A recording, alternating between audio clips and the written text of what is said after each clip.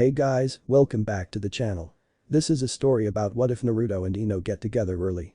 Before I start, please support for more amazing content and do consider subscribing to my channel and share this video with your friends. This is written by Captain Stumbles and link in description and support writer. Let's start the video. Ino Yamanaka, a beautiful blonde girl the age of 10, was in class. She like many others fawned over Sasuke because of his great looks and dark-brooding emo attitude. He rarely talked and that alone made him mysterious. He never paid attention to any of the girls, he just ignored them, and if on occasion he would pay attention, it would be an insult. Ino found it alluring that he continued to attend the academy even after the murder of his entire clan, the Uchiha. Ino sat behind him, staring at the back of his head. "Naruto. Leave me alone." She heard the fabled billboard brow yell. "But Sakura, I haven't even entered the classroom yet," he said with a frown. All he did was open the door and she flipped at him. "I don't care, just stay away from me," she yelled and he sighed, giving a downcast look. "Okay then Sakura," he said and he sat in the top left corner of the class. Naruto was attractive, too. Actually he was easily as attractive as Sasuke, if not hotter. The problem was him. Ino didn't know how to put it. Naruto was very vibrant and happy, and that could be overwhelming, but she didn't have anything against a boy. She found his positive attitude refreshing. It was just that everybody seemed to hate Naruto, and she herself just wanted to blend in. The boy had a shaggy blonde spiky hair with cerulean blue pools for eyes. He had 3 whisker marks on each of his cheeks, and she thought they were cute. One problem that, if she had ever hung out with him she would fix herself, was his clothing. He insisted on wearing bright orange. While she had no problem with the color itself, she had worn an orange shirt a lot of her younger life, she just thought he wore way too much. He was always wearing a bright orange shirt with the Konoha emblem on the back and orange shorts. He had on an orange short-sleeve jacket with blue sleeves, and even then that little amount of blue was refreshing. His outfit was completely horrid. They turned their attention to the teacher as he walked in. "Okay class, today we will be talking about the 4th Hokage. Who can tell me his real name?" Naruto raised his hand with an eager smile. "Naruto," the teacher said and Naruto responded eagerly. "Minato Namikaze," he yelled and the teacher nodded with a smile.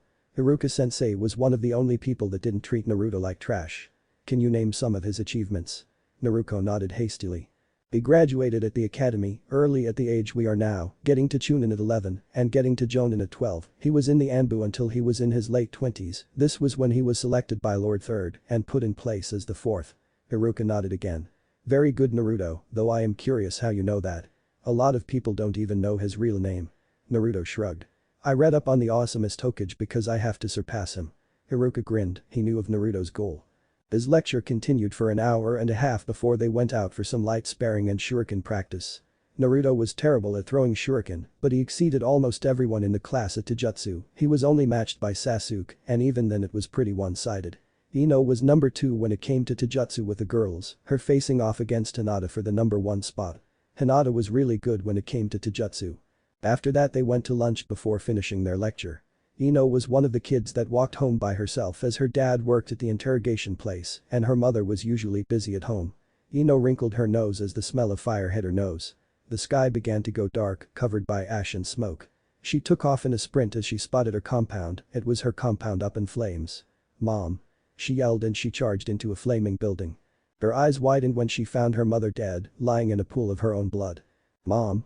Ino screamed and her father hit the floor from behind the wall, his head rolling along the ground. Her eyes widened. "Daddy?"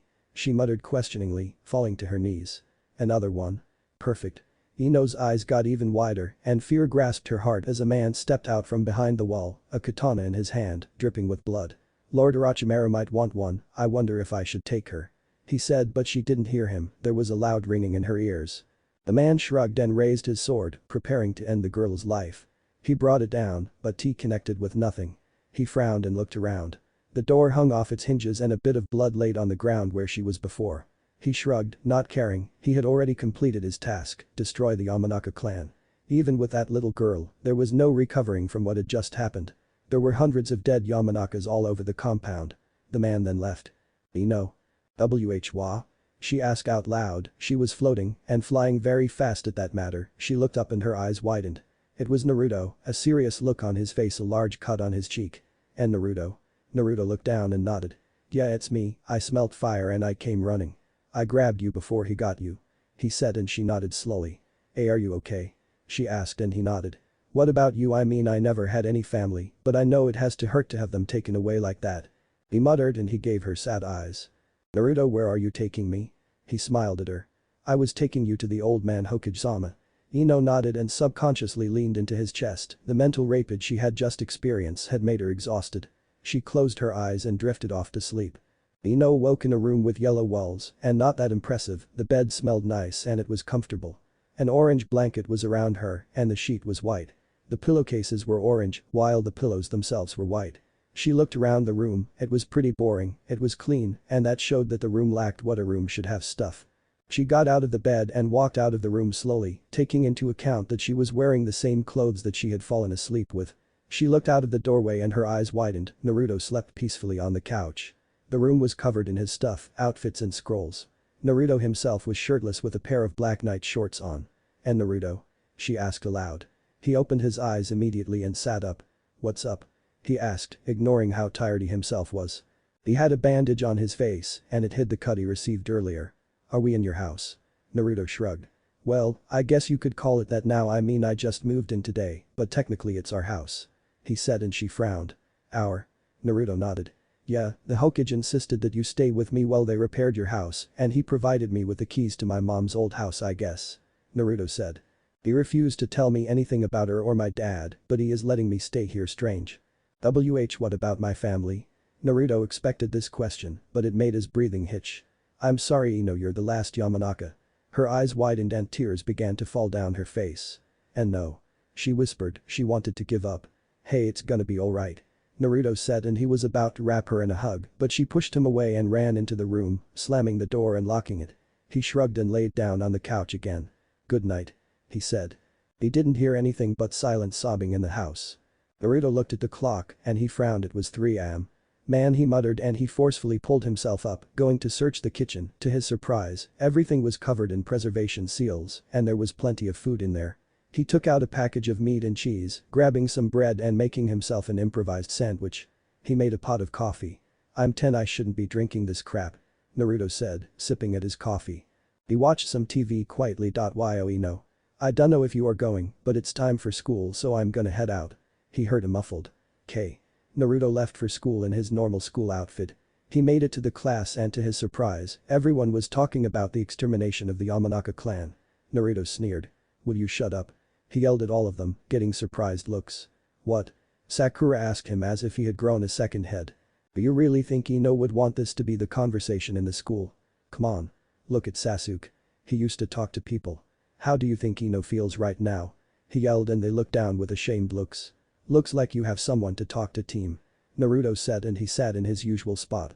He noticed that some people stayed a little further away from Sasuke after he said this, and the door opened. "Huh?" It was Ino with a fake smile on her face. It was obviously fake though. "You didn't need to come today, Ino," Sakura said, patting her friend on the back and pulling her into a hug. "It's okay, Sakura, it happens, loss is a part of being a ninja," she said, and Sasuke realized she was right, but he still desired revenge against his brother. "Okay," Sakura said, and she returned to her seat. Ino had to ask the Hokage about getting more clothes. Ino went up to the corner next to Naruto, surprising even him. He grinned at her and she sighed. "Yo. I figured that since the old man gave me some of my inheritance, I would take you shopping or give you money for shopping yourself." He whispered to her so that nobody else could hear. This was her opportunity. "Okay Naruto, but you are getting new clothes as well." Naruto nodded. "I was thinking maybe a deep red," he said, and she shook her head. Then again, they really didn't know what color he looked good with. "No. You need to chill with the bright colors. If you are going to be a ninja, then you have to dress like one. Orange doesn't help during missions, you need more black." Naruto nodded. "I understand, the only problem with that is that I'm not allowed in other shops." Naruto muttered, and she frowned. "Why not?" He looked at his stomach and sighed, shrugging. "I dunno." She didn't buy it, but she relented, paying attention as Iruka began speaking. 2 weeks later. Naruto looked in the mirror. Ino and himself had finally found a store that would sell him clothing, and even though they were a bit more costly, Naruto had been given a bit of inheritance, so he could afford it easily. He was rather pleased with his new look. He wore a wide-open jacket like a hoodie, and it had the Konoha swirl on the back. Under that was a deep red shirt with a horizontal black line in the abdomen area going around the shirt. His pants were just a pair of black ninja pants, and he wore black ninja sandals. Ino had let him wear the deep red because it looked nice on him. Naruto walked out with a grin on his face and his hands behind his head. "Hey." Naruto heard. Naruto. It was Sakura. Oh god. Naruto thought. He used to like Sakura, like 2 weeks ago, but being around Ino who was just as pretty plus she wasn't a total bitch, kinda made him hate being around Sakura. "What?" he asked and she narrowed her eyes. "Are you trying to be cool like Sasuke?" Naruto shook his head. "Team doesn't have anything on me." Ino punched him on top of his head. "Shut up." She yelled and Sakura snickered. "So Ino, you're hanging around Naruto now, I thought you went for the dark brooding type." Ino frowned visibly. "I do." Naruto spoke up. "Gee Sakura, you really think she would go out with me? Yeah, you must have bumped your big forehead or something because that would never happen." He said and he grinned at Sakura's enraged look. "You idiot." She yelled and she punched at him. Naruto took a step back and the punch hit air. "Yeah, that's not happening." He said and he turned to walk away, leaving a stunned Ino. He had just berated himself for her benefit. "Hey Baka. Wait up." She yelled and he stopped as she ran after him. "We can't exactly just end the day here. How about we go grab something to eat? I hear you like ramen." Naruto grinned ear to ear. "You heard incorrectly Ino." She frowned. "I love it." She growled and bonked him on the head too, gave a heartwarming smile. "Well then let's go." He nodded and they made their way to his favorite ramen stand. "Mizo please." He yelled and Ino tapped her chin. "I'll have the same." She said calmly. "Oh, you brought a girl Naruto." Am said, teasing Naruto, and he just shrugged. "Actually it was more like she brought me." He said and Am giggled. "How many bowls Naruto?" Tucci asked and Naruto tapped his chin. "I think 8 should satisfy." His stomach grumbled. "Make that 10." Tucci nodded. "10 bowls of ramen. No offense, but do you realize how unhealthy that is Naruto?" Ino asked and Naruto frowned. "Unhealthy?" Ino nodded. "If this is how you eat, it's no wonder you're so short." Naruto laughed sheepishly but then frowned. "I'm not short." He yelled and she grinned. "Oh yeah shorty." He growled and turned, devouring his bowls. "I'm getting you on a diet Naruto." She said and he ignored her. She ate hers as well. They left after that and unknown to them, they were being watched by a certain pale-eyed girl. While unknown to Ino, Naruto knew that she watched him frequently. He wasn't sure if she liked him, admired him, obsessed over him, or was trying to get the jump on him, but he didn't really mind her watching. Hinata's eyes widened when she watched them enter the same apartment. "And no way," she said to herself and she activated her clan bloodline. "It's like they live together," she said, and she turned. "No way," she muttered, "were they really together?" She turned back and saw Ino in the bedroom, but Naruto was topless on the couch. "Maybe not, it's getting late, I should get home." She turned and returned to her home. She would look into it more soon. The next day they left for class. Naruto sat in his usual secluded spot and Ino took hers next to him. They were slowly but surely becoming good friends. Ino would occasionally catch Sasuke staring at her, and even though she thought that she was madly in love with the brooding boy, she felt more when Naruto gave her the time of day. She was still broken up about her family, but Naruto was slowly beginning to fill that gap, and not as family, but as something completely different. It was like she was wandering through darkness and he was a pillar of light. She had also noticed that Naruto was much stronger than he let on. Maybe not as strong as her precious Sasuke, but strong nonetheless. It was like he was purposefully getting dead last in the academy. Naruto laid his head on the desk next to her and fell asleep. "It's Naruto and Ino." Sakura yelled and Ino's eyes widened. "I heard she was dating the loser." Sakura yelled and Ino growled at her. "I guess that she had to rebound somehow with the death of her clan." Sakura said coldly and the class went quiet. Sakura was thrown to the ground by nothing or what looked like nothing, but Naruto was practically leaking killer intent and she felt her face flush red, she couldn't breathe. "Shut your fucking mouth." Naruto said and the pressure died down. She took a deep breath and stared at Naruto like he had grown a second head. "Why you?" Sasuke spoke up. "Sakura." She turned to him and hoped that he had come to her defense, but he had a glare of his own. "Don't go spouting nonsense that you know nothing about, shut up." He said and he turned to the front of the classroom, a blank look in his eyes. "Sasuke?" Sakura asked and the door opened, letting Iruka in. Iruka looked at the state of the now crying Pinket. "What happened to Haruno?" Iruka asked and Naruto shrugged. Fortunately for him, nobody really cared. Sasuke told her to shut up. Ino spoke up and he looked at Sakura in disbelief. "That turned her into this?" "Gee Sakura, take your seat." He said and she sat in a secluded seat toward the door. "Today we will be talking about 2-week time skip." Naruto walked out of the Hokage's office with a frown.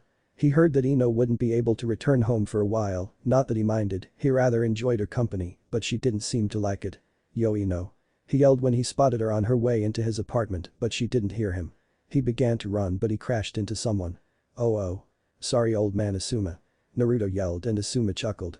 "No problem Naruto, don't let me stop you from going," he said and Naruto rushed past him. "Ino." Naruto yelled as he entered his apartment. She turned to him. "Huh? What's up?" she asked and he grinned sheepishly. "You wanna go out with me?" She frowned. She felt her heart speed up and a small blush came to her cheeks. Everything was telling her to accept his offer, but she rolled her eyes. "No." He sighed. At least she didn't hit him like Sakura did. "Oh well. I'll do better next time." He yelled and he pumped his fist chillishly. "Sure." she said. He ran to his stuff. "I'm gonna go train for a while." Ino smirked at him. "Oh really? You think that will stop me from calling you Baka?" He nodded with a grin. "Count on it." She shook her head. "Never gonna happen Blondie." He frowned and raised an eyebrow. "You're blonde too." She shook her head. "Not like that though." Naruto grinned and left, leaving Ino to herself. She leaned against the wall with a hand on her chest and a heavy blush on her face. She slid down. Did he just ask me out?" she asked herself and she had to fight back the urge to run after him. "You Baka," she whispered. "Naruto." Naruto feverishly tried to do the clone jutsu but failed miserably every time. "Come on. I only have a week left to do this." Naruto yelled and he attempted again. "Oh. Just my luck." Naruto frowned as he recognized the voice. "Mizuki-sensei?" Naruto asked, turning toward the white-haired Chunin who was dressed in his combat uniform with two large shuriken on his back. "What are you doing here?" Naruto asked and Mizuki grinned. "I was about to leave, but I figured that you would like to know some crucial information." At the same time Naruto growled. He already knew what Mizuki was going to tell him. "So what?" Naruto finished for him. "It's just a dumb fox." Naruto said, not letting Mizuki tell him. "Oh, you already know well I have news for you, you're the nine-tailed fox, not just a container." Naruto looked down, his hair shadowing his eyes. "Now die you demon." Mizuki yelled and he hurled the shuriken at Naruto. Naruto was unable to move and the shuriken impaled him in the chest, making him fall onto his back with blood pouring from his mouth and chest. What? Naruto couldn't form a single thought.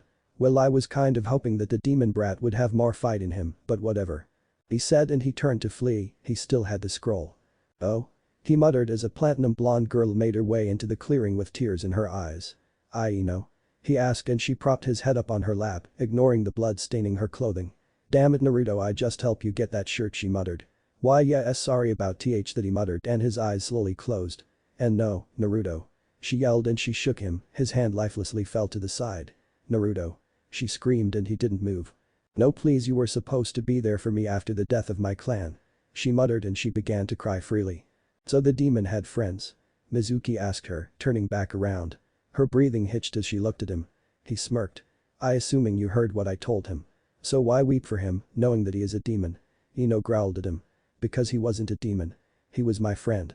Mizuki sneered. "You little bitch. You should have been exterminated with your clan." Mizuki said and he pulled the kunai off of his back. He threw it at Ino and she covered herself with her arms, closing her eyes. The shuriken never struck, Naruto had caught it, standing in front of Ino. His hair shadowed his eyes. "Don't you touch her bastard." He yelled and he blasted at Mizuki. Mizuki was a trained Chunin, so he wasn't about to be caught off guard by the demon brat. He dodged a well-placed punch by stepping to the side and he went to kick Naruto in the back, but he had disappeared. Mizuki's eyes almost bulged out of his head and he coughed up blood as Naruto planted his knee into the Chunin's gut, sending him rolling back, clutching his broken ribs. "Why you demon?" Mizuki yelled and Naruto scowled at him, revealing his eyes, they were still their soft cerulean, but the pupils were slits. Mizuki stood and pulled out a kunai with a bomb tag on it. He grinned and threw it at Ino. Ino's eyes widened and she once again put up her arms, but she never felt anything besides the gust of air from the explosion. She opened her eyes, she got a flashback. Naruto was carrying her bridal style on top of a high branch in a tree. He set her down. "Go alert the Anbu, I'll stall him." Naruto whispered, leaving no room for argument. She nodded and left with a small blush on her cheeks. Naruto returned to the clearing, throwing a roundhouse that Mizuki raised his forearm to block. Naruto was pushed back by a show of strength from Mizuki and he was kicked in the chest, flying back, landing on his stomach. Naruto stood up and grabbed a shuriken that was planted in the ground next to him, spinning it in his hand and jumping at Mizuki. Mizuki pulled out a kunai and blocked the swing from the enraged Naruto before punching just under his wrist, making him lose his grip on the shuriken. Mizuki kicked Naruto in the face before kneeing him in the gut and grabbing him, throwing him into a tree. Naruto groaned in pain. He stood up and got back in a battle position. Mizuki threw the shuriken at him and Naruto jumped out of the way, wincing as it grazed his forearm.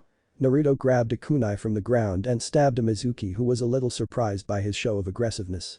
Naruto managed to lodge the kunai in the man's shoulder, but Mizuki basically just shrugged it off and grabbed Naruto by the face, proceeding to repeatedly slam his head into the ground. Mizuki continued even after the boy was unconscious. Blood flying from the boy's head. Mizuki was then decapitated by the sword of an Anbu with Ino behind him. "Take him to the hospital," the Anbu said to another one, and the Anbu complied. "Hokage-sama, what do we do?" The Hokage sighed, taking a puff from his pipe. "Nothing, await Naruto's recovery." Said boy was now in a hospital bed, on life support, his heart barely active. Naruto winced in his sleep. Ino stared at him from his bedside. "Why?" she asked out loud. Naruto had saved her 3 times now. Unknown place. "Be damn, that hurt," Naruto muttered as he clung to the wall of the large sewer. "What the hell?" he muttered. In front of him was a massive cage with silent, massive red eyes staring him down. He grinned.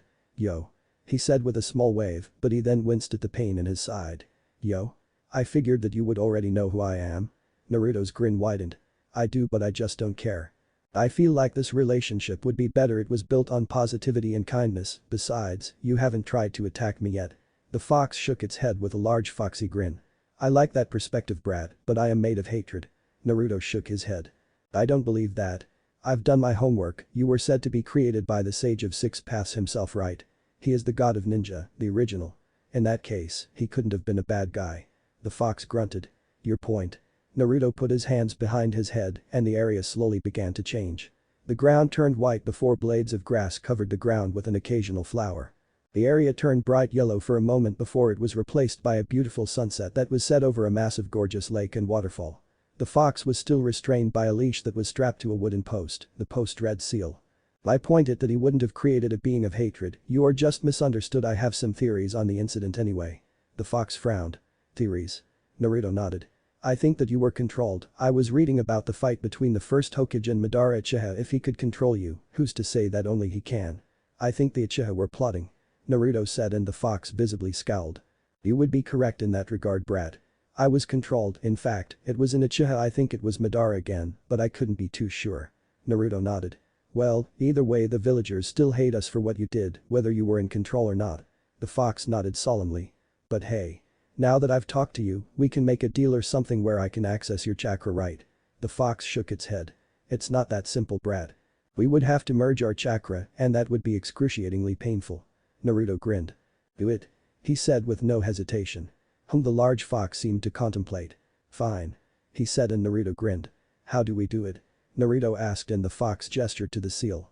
"Just tear off some of the seal and I'll do the rest." Naruto walked over to the seal and looked at it for a moment. The fox seemed to be trustworthy. "Done," Naruto said, and he tore off a quarter of the seal. The fox's eyes widened. "I could have been lying to you, brat." Naruto shrugged.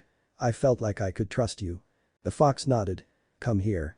Naruto walked over to him and the fox placed its paw in front of Naruto, its claw raising. He then impaled Naruto, whose eyes widened, rolled back into his head. "Oh ouch," he muttered, and Kyuubi began to channel chakra. Naruto began to scream in pain. This was going to suck. Ch. 2. The days before graduation. Ino screamed as she sat up. "Daddy," she muttered, and she hugged her knees to her chest. She was covered in a cold sweat. She wept silently. The house was empty and Ino was alone. She heard a door open and her eyes widened. "You okay?" Naruto asked. He was back, but when did he get back? Why did he look so different? Naruto was a couple inches taller than her, just as tall as Sasuke. He wore the standard white shirt of the hospital and it clung to his body, revealing extreme muscle mass, a full six-pack and large chest. His bottom was covered by a pair of gray night shorts. "Naruto, when did you get back?" she asked, and Naruto shrugged. "An hour ago. Are you okay?" "I heard you scream," Naruto said, and he sat on the edge of the bed. He gave her concerned eyes. "Naruto, I miss them," she muttered, and she began to cry. "I miss them so much. I miss mom, I miss daddy, I miss uncle, I miss auntie, I miss my nephews and nieces, I miss my entire clan." Naruto nodded and he laid back, his head between her feet. "I can't tell you it will be okay, Ino. That's where I messed up last time. If I'm honest, I'm not sure I would recover from that." Naruto looked deep into her eyes. "But one thing I can tell you is that I'm here for you. Tell me if you need help, I'll be there in a flash." Naruto grinned as her eyes widened. "Thank you, Naruto," she sobbed out, and he nodded. "I can't really relate. I never had any family in the first place. Having them and losing them is different, though it's like being given a gift and having it taken away just when you get to the best part," Naruto said. I could never relate to something like that. I would rather have my own, lonely childhood than to have my happiness stripped away like that. He sat up and turned to her. I want you to be okay, Ino, I really do. You're my new best friend. Over these last 4.5 weeks, I discovered that family is possible even without relatives. These last 4 weeks have been the best 4 weeks in my life. Ino pulled him into a hug. Sorry Naruto, I have been a little harsh on you, she muttered into his ear, and he smiled, not bothering to hug her back, just letting her hug him. No problem, I'm sure I would be too. He said, and he grinned. Now, we should get to bed. I want to go get some new clothes tomorrow. My outfit was in tatters, unsalvageable. He said, and he began to get up, but she pulled him back down. Can you sleep in here tonight? He nodded with a small smile on his face. Of course, Ino. He said, and he rolled off the side of the bed onto the floor. Now let's get to bed, I'm tired. Naruto said, and Ino nodded to herself. Okay. Naruto slowly closed his eyes and he let himself drift off to sleep. Ino grabbed her blanket and slipped onto the floor next to him, curling up to his side and drifting off to sleep as well. Naruto was unresponsive. Next morning. Naruto woke up with a groan. Why was he so heavy? His back ached as if something was pressing him into the floor. Ino was asleep with half over her body on top of him, her hand wrapped around him like a teddy bear and her legs intertwined with his own. His eyes widened when he realized the situation. Oh, he muttered, and he tried as hard as he could to get away. Managing to get away, he tiptoed out of the room and Ino opened her eyes with a smile. Baka. She muttered and she sat up. Naruto was out cooking something for breakfast already. She walked out and the scent of eggs wafted up her nose. She was glad she had showed him how to make things and season them. Naruto greeted her with a nervous wave. Hey, did you get taller? She asked, and he nodded. Yeah, I guess I grew like 2 or 3 inches. He said, and she grinned at him. I guess I can't call you shorty anymore. Naruto shook his head with a smirk. No, you can't, shorty. Ino growled at him but smiled. So you want to go get clothes today, blondie-kun? She asked, and he blushed at the emphasis. Yeah, she smirked at his blush. I'm going with you to make sure you don't get anything too hard. Naruto growled at her. Yeah, right. I'm going by myself. He yelled childishly and she grinned. Are you sure? He frowned for a moment. Fine. He said, and she nodded, eating the breakfast he had prepared. She took in his features. Naruto seemed lighter, if that made sense. He seemed less heavy, like he carried himself better. His whisker marks were barely visible, and you would have so squint hard to see them as they were basically non-existent. His eyes were a bit darker, taking on more of a navy blue than a cerulean. His hair seemed more like the mane of a lion, spikier and a bit longer. His goggles were around his forehead. Okay, let me get dressed and we can go. Ino said, and she went to get dressed. He let out a sigh that he didn't know he was holding. Man, she is going to be the death of me. I wonder if Sakura recovered from the shock of being called forehead girl by me. He asked himself, and suddenly there was a knock at the door. He went and opened it, revealing said Pinkette. Hey Naruto, I wanted to apologize about the other day. She trailed off when Ino emerged from behind a wall with her hair wet and a set of fresh clothing. Sakura felt her entire face turn red. Ino. She screamed, and Naruto put his arm in front. Continue. He said, and she slowly nodded. I'm apologizing for the other day. I was out of line, and I guess I can apologize to Ino as well. Ino walked up to Naruto's side. I'm sorry Ino, I was just mad that Naruto called me forehead. Ino grinned at her and pulled her into a hug. So I guess it's true then. You are dating Naruto? Ino turned red, as did Naruto. And no. Naruto yelled. She just lives with me because of what happened. He yelled, and Sakura frowned. What happened? Oh, he must be talking about her clan being wiped out. Why Naruto though? She thought in confusion. The old Hokage-sama said that it would be a good idea for us to live together, since I've never had a family and she lost hers. He said that we could sort of relate and it would be better than letting her live with the team. Sakura knew who he was talking about. So the Hokage could have made her live with Sasuke. Naruto nodded. And he figured that it would be better for both of you to bunk together. Naruto nodded again. Although we don't share a bed, I sleep on the couch. It's easy to afford this place too, because it was my mom's apartment apparently, and the rent is easy to afford with Ino's inheritance and mine. I thought you said you didn't have parents, Sakura said, and Naruto shrugged. He refused to tell me anything about them and gave me the key to this place, also free access to her bank account. Sakura nodded. I also noticed that you look different, Naruto. You're taller, I can barely see your whiskers, and your eyes are darker. Naruto shrugged. Growth spurt. She frowned. Why haven't either of you been at school for a couple days? Naruto grinned. I fought Mizuki team. He said, and Sakura frowned. I was in the hospital for a couple days. Ino just decided to wait for my recovery before returning. I'm headed to get some new clothes. He said, and Sakura nodded. Overall, this was a lot of information to process. Could I come with you? I was going to go to Ino's today, so I don't really have anything to do anymore. Naruto nodded with a small smile. Of course. Sakura smiled back. They all left for the building where Naruto could buy clothes. When they arrived, something immediately caught Naruto's eye. He grabbed an orange jacket with black short sleeves. He then grabbed a couple pairs of ninja pants, a dark gray one and a black one. He then grabbed a handful of white, black, blue, green shirts. He walked into the dressing room and emerged soon after, his gray ones on with a jacket over the white tee. He left on his black sandals. How do I look? Naruto asked with a grin. The orange isn't bad on the eyes, I like it just as much as the first one.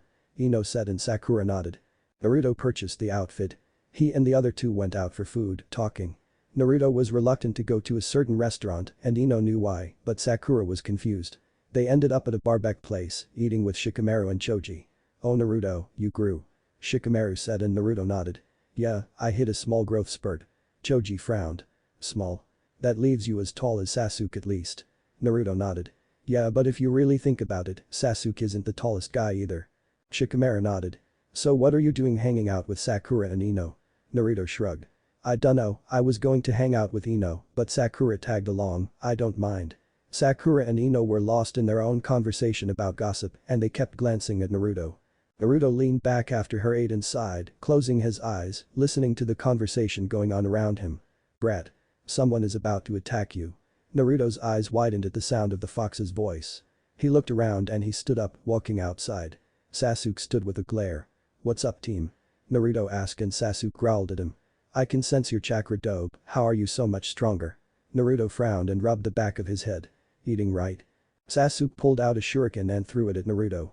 Naruto's eyes widened, he wasn't really combat trained so when the shuriken seemed to slow down drastically he just jumped to the side, letting it fly past him.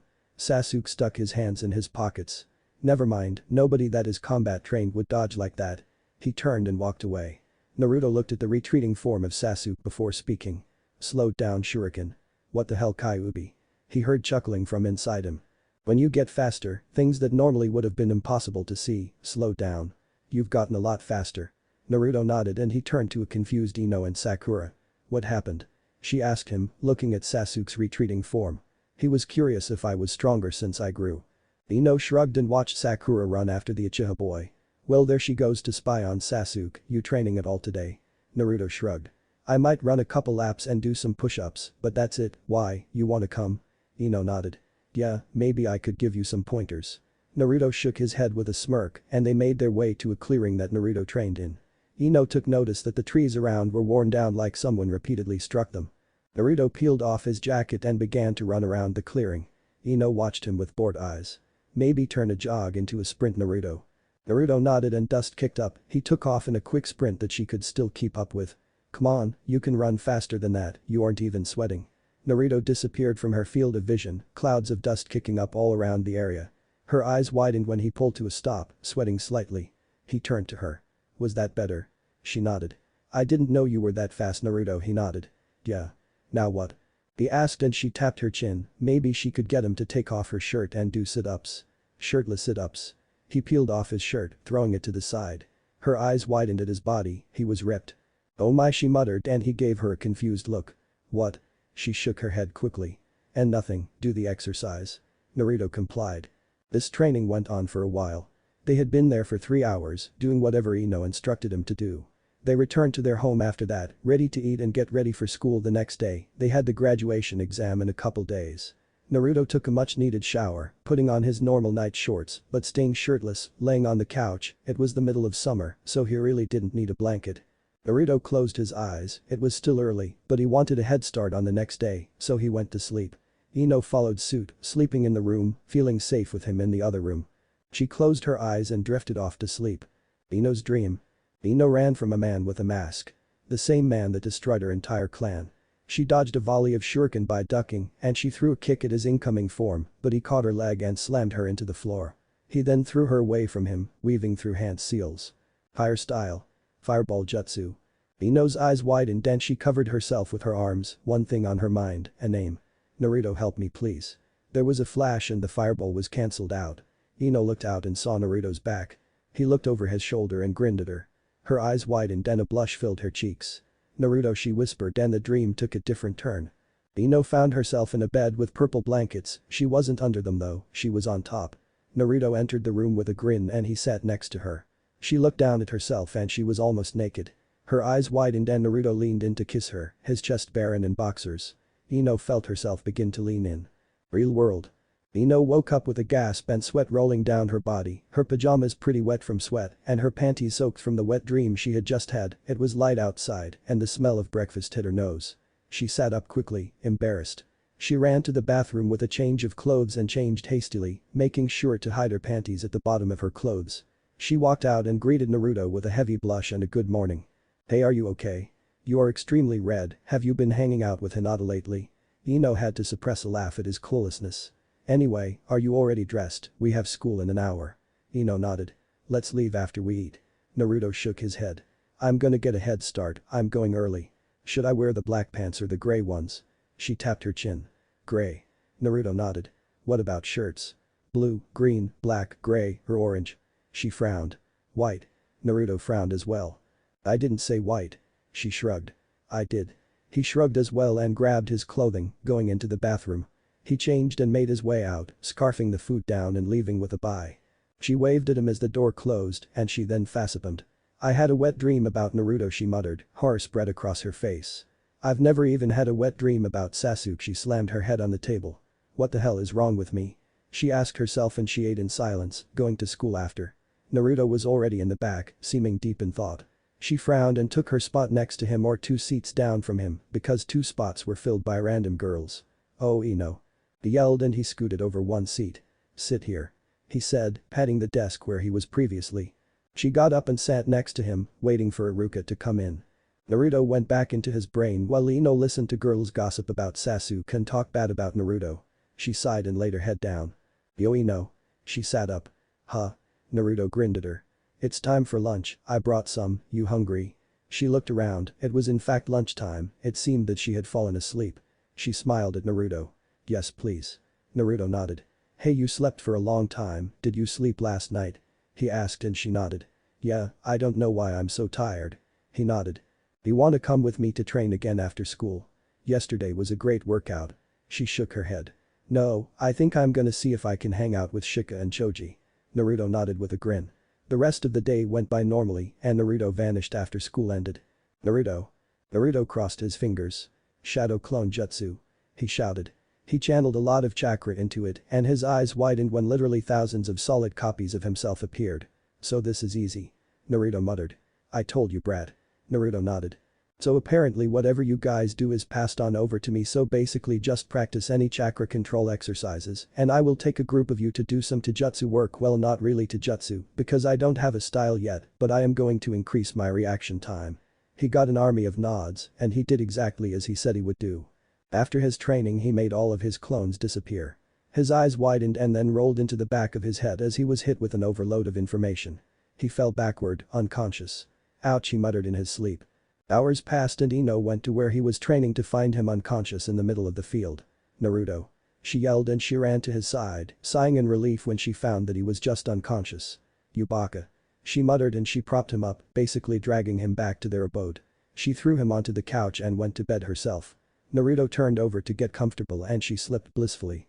The night flew by quickly and Naruto awoke the next morning to Ino shaking him awake.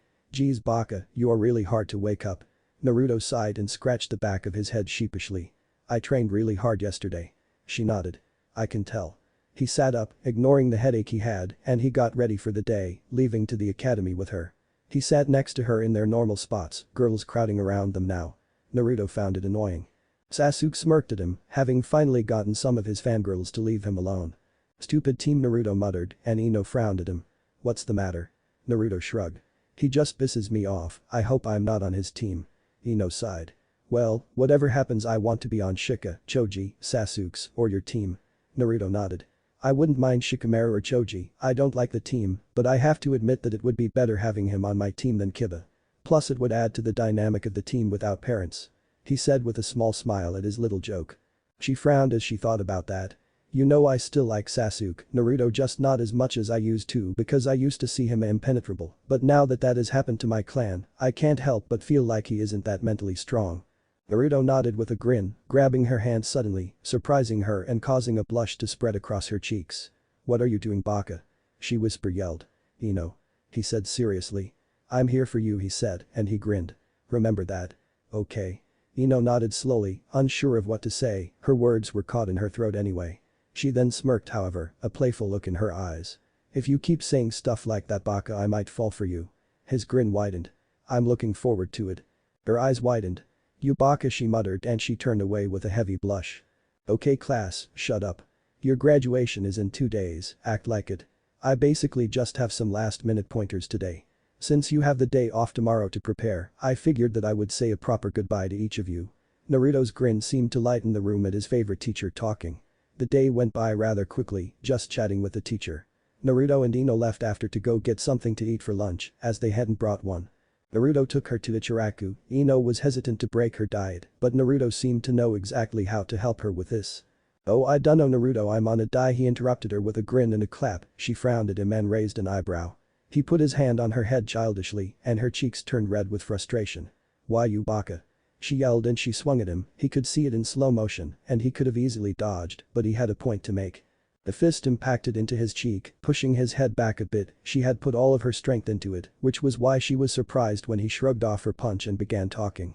"Ino, that punch was a demonstration of what you are capable of with the diet active, now watch."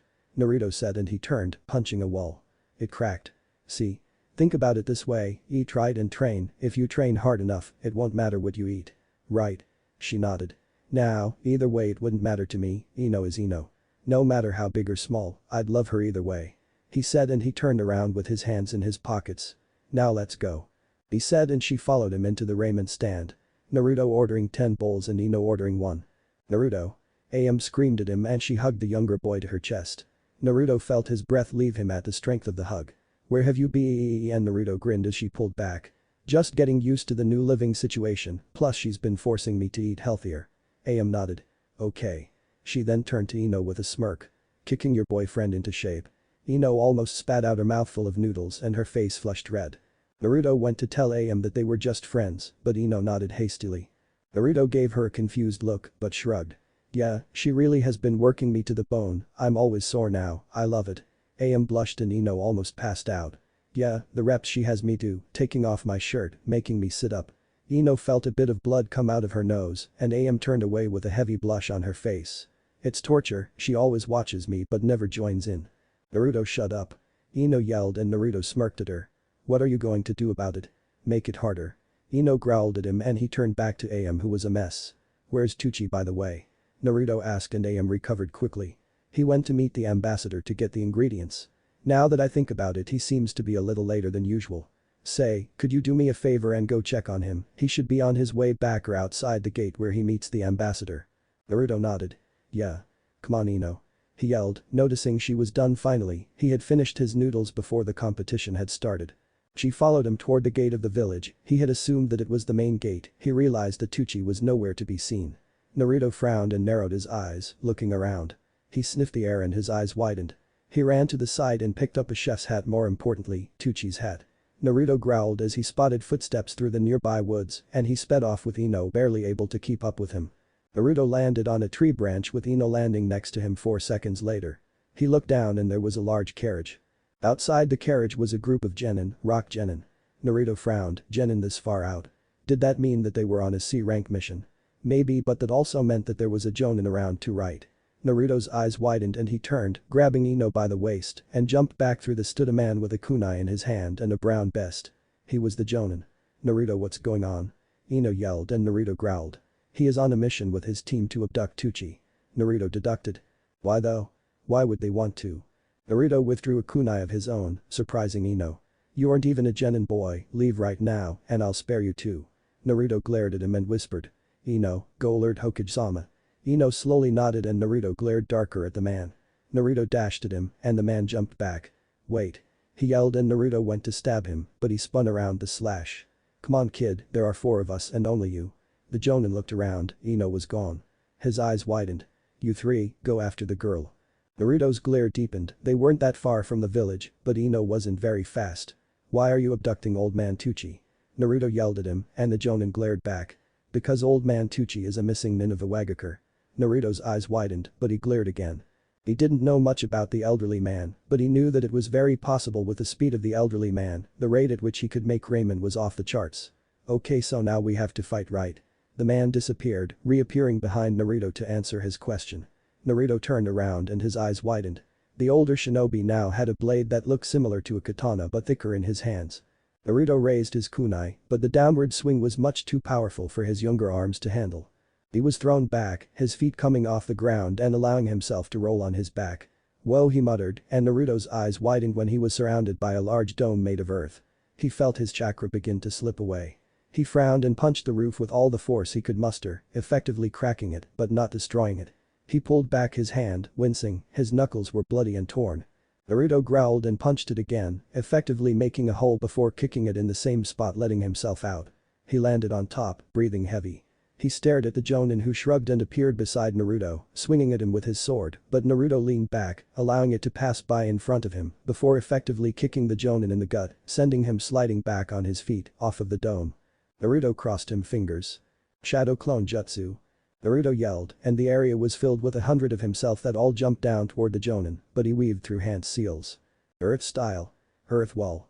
Naruto's clones impacted with the top of a newly formed wall, but Naruto used his new speed to appear behind the Jonin, stabbing at him with the kunai. Naruto effectively stabbed him, and the man groaned in pain before crumbling to dust. Naruto's eyes widened, and he jumped back as a hail of rock shuriken flew at him. Naruto grabbed a branch with his hands and he pulled himself up, jumping off toward another tree. The Jonin met him halfway and punched Naruto in the gut. Naruto coughed up blood and he flew back. He had a new large black bruise on his chest. The Jonin's fist was covered in rock. Naruto impacted to the same previous tree, bending around the branch, falling toward the ground, he impacted with an oof. Naruto rolled to his feet, avoiding a kunai, and he jumped at the Jonin with a kunai of his own. The Jonin grabbed him by the wrist and bent his arm awkwardly behind his back. Naruto groaned in pain and his face hit the floor. Sorry kid, you show a lot of talent, but you are years too early to be fighting Jonin like myself. This is your last chance to flee, or I will take your life. Naruto glared at him. Never. I will never turn my back on a friend. The man sighed and he raised his fist. He brought it down toward Naruto's face, but his eyes widened when his genin came back into the clearing, carrying an unconscious Ino. Ino. Naruto yelled and the man grinned at his genin. Good job, guys. The one carrying Ino walked over to their sensei and dropped the body onto a patch of grass. He then turned to his sensei and a swift motion, stabbed the man in the stomach with a kunai. Naruto's eyes widened and he realized something. Ino had taken over the boy's body. Shay. What the hell, why did you stab me? He asked and he stumbled back, falling onto his back, blood leaking out of his mouth. Naruto grinned and he stood. Might as well return to your body, Ino. He said and she nodded. She felt bad for stabbing somebody, and to trick him with somebody he cared about was messed up, but she was a kunoichi, potentially, death and deception were part of her job. Future job. Ino released her jutsu and the boy she was controlling collapsed. Naruto stomped on his head, making sure he was out cold. He then turned to the now guarded genin, and he unsheathed a kunai with a wince. His chest hurt, but he was sure he could take these two on. The first one rushed at him with a kunai in hand, throwing a shuriken to distract Naruto. Naruto ducked under a horizontal slash, and Naruto spun, sweeping the kid's legs out from underneath him. Naruto didn't have any form of fighting, but the instinct to fight was built inside of him, burning, letting him know what to do. Naruto swept the boy's legs, and the other one jumped down at Naruto. Naruto was a bit caught off guard, but he moved back a bit and stopped a hand with his forearm. Naruto felt the ground soften under him and saw that the other one was using a jutsu to soften the ground to the point to allow his feet to sink in, but Naruto rolled back, not putting any force on the soft ground. He kicked up, placing a kick under one of their chins before spinning and ducking under a kunai stab before lurching up, uppercutting the other under his chin. The one he uppercutted flew through the air, landing on his head and falling unconscious, while the one Naruto kicked managed to get a blow off on Naruto, which was a stab to Naruto's shoulder. Naruto groaned in pain and punched the boy in the face. The boy stumbled back before rushing back in and kneeing Naruto in the gut, causing him to hunch over. Naruto was then thrown back by a volley of punches. The genin went to continue his assault, but he found himself unable to do so. His eyes widened and Naruto grinned. Ino was breathing heavy with her hands in front of her, but she was holding her hands in a Nara clan seal. Apparently, because of her close relationship with the Nara clan, she knew the shadow possession jutsu. She was by no means good at it and it took almost all of her chakra to do, but she had pulled it off nonetheless. She sighed as Naruto punched him in the side of the head, rendering him unconscious. That was awesome, Ino. Naruto yelled and he turned his attention to the carriage. The door opened to reveal a short man with black hair. What the Naruto had moved lightning fast, this was the client. He appeared behind the man and kicked him in the back of the head. The man fell unconscious and Naruto looked into the carriage. Good. He muttered, Tucci was just unconscious. Okay Ino, let's get him to the tower. Ino nodded and she went to help the man up, but Naruto's eyes widened, they were surrounded by Anbu and the Hokage himself. Old man? Naruto asked and the elderly man smiled at him. Yes Naruto, it's me. Naruto grinned. Did you see me through the crystal ball? Was I awesome? The Hokage nodded. You were amazing Naruto, I shall take over from here, I'll have an Anbu take you to the hospital so that you can receive medical care. Naruto nodded.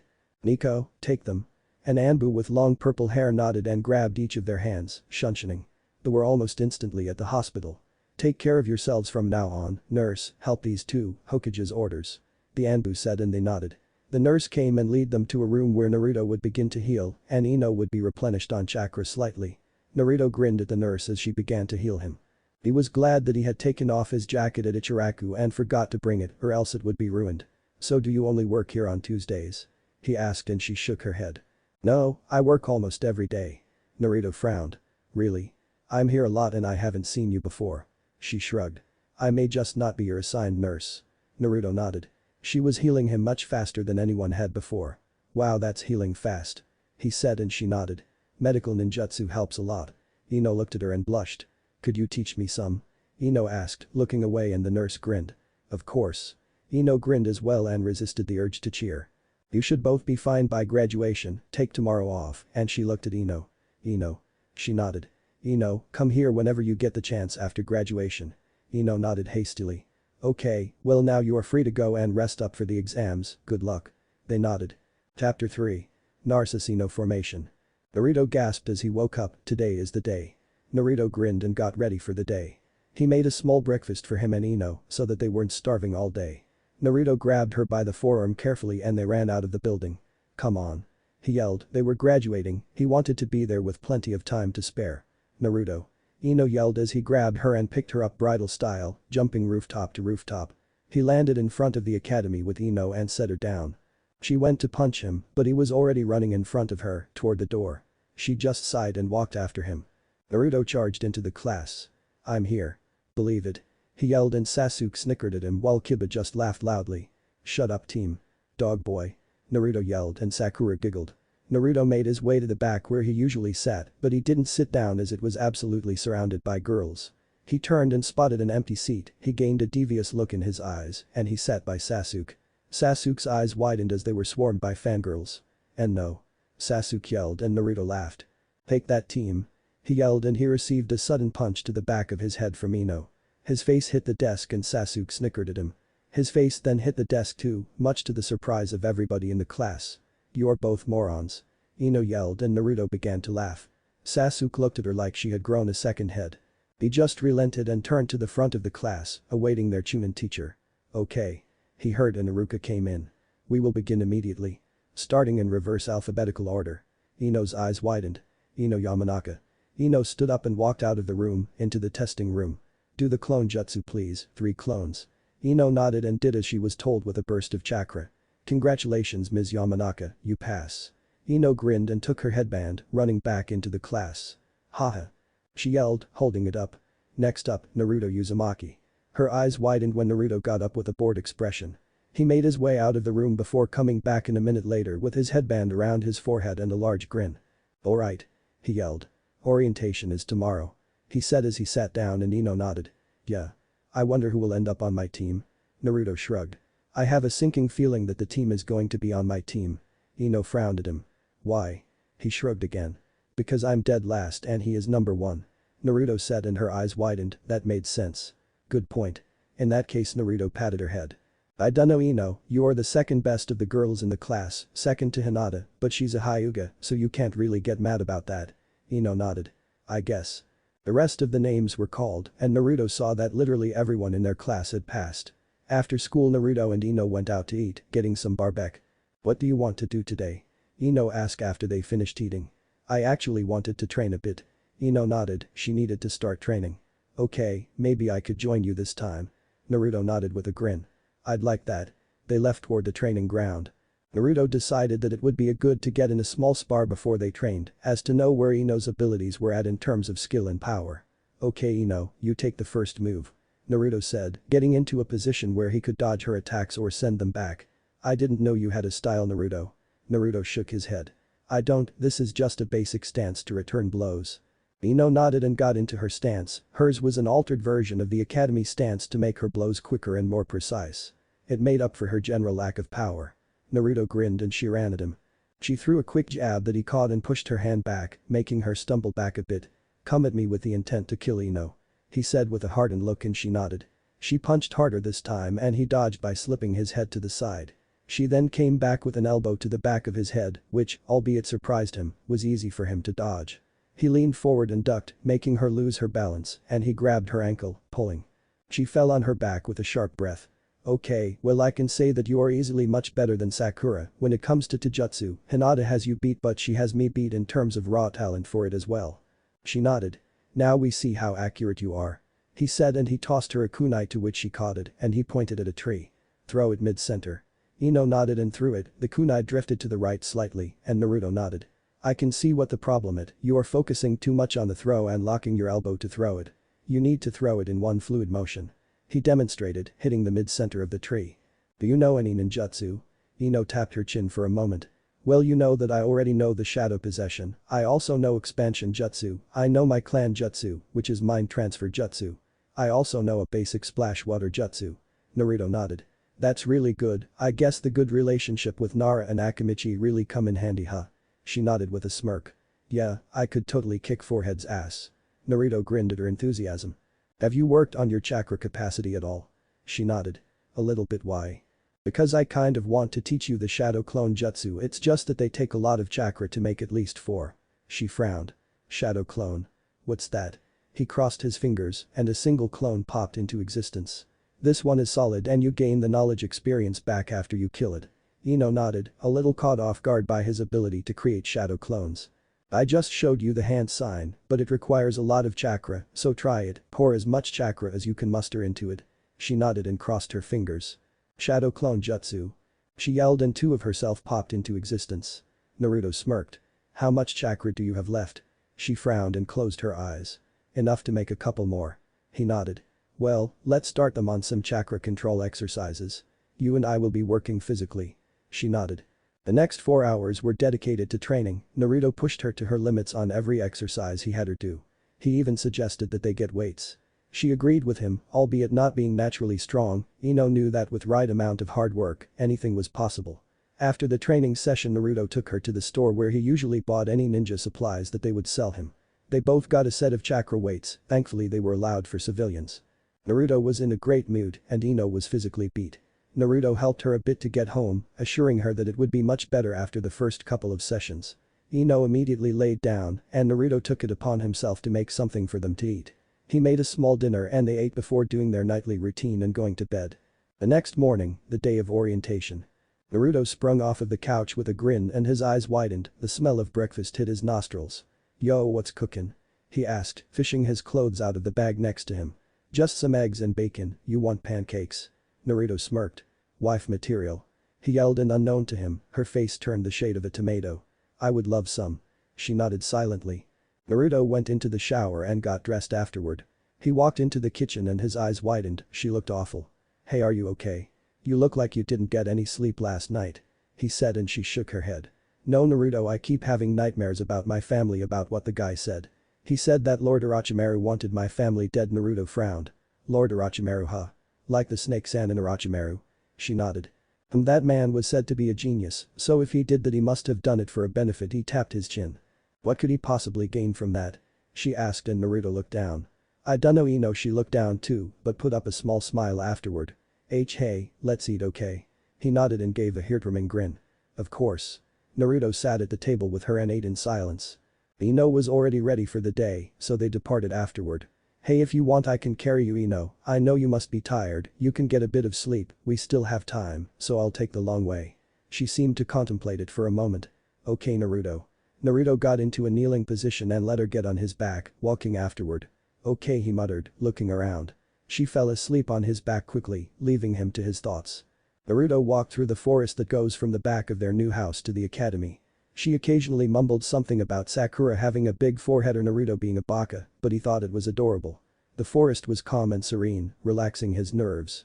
He arrived behind the academy after 45 minutes, and he let her down after shaking her lightly, waking her up. "We're here, Ino," he said, and she nodded, walking with him into the academy slowly. They sat in empty seats that weren't next to each other because there wasn't a set of empty seats for them to sit in. Naruto waited. They were early but not too early. Naruto set his head down in his arms, ready to take a small nap, and he spotted an already sleeping Ino. He sat up and sighed, smiling at her peaceful face. He waited for a while and just listened to others talk, not even bothering to listen into their conversations. Soon Ruka walked in and Naruto pegged the back of Ino's head with a paper ball, waking her up with a groan and a glare at Naruto, to which he grinned at. "Okay, so starting from the bottom," he said, going through teams 1 to 6. Naruto was a little surprised that none of the people he knew by name had been called, but then again, the ones that were called were extras. Iruka grinned at the board in his hand, and Naruto got a confused look on his face, but when Iruka began speaking, his eyes widened. Team 7. Naruto Uzumaki. Naruto grinned. Finally. Naruto awaited the next name with a constant grin. Sasuke Uchiha. Naruto's grin immediately faded, but it was replaced by a knowing smile. He knew that Sasuke was an excellent ninja, and if he got friendly with Sasuke, they could make a great team. After some serious consideration and a favor from Kakashi Haddock, which is your Jonin, we have decided to place Ino Yamanaka on your team. Naruto's eyes widened to dinner plates, and the grin returned to his face.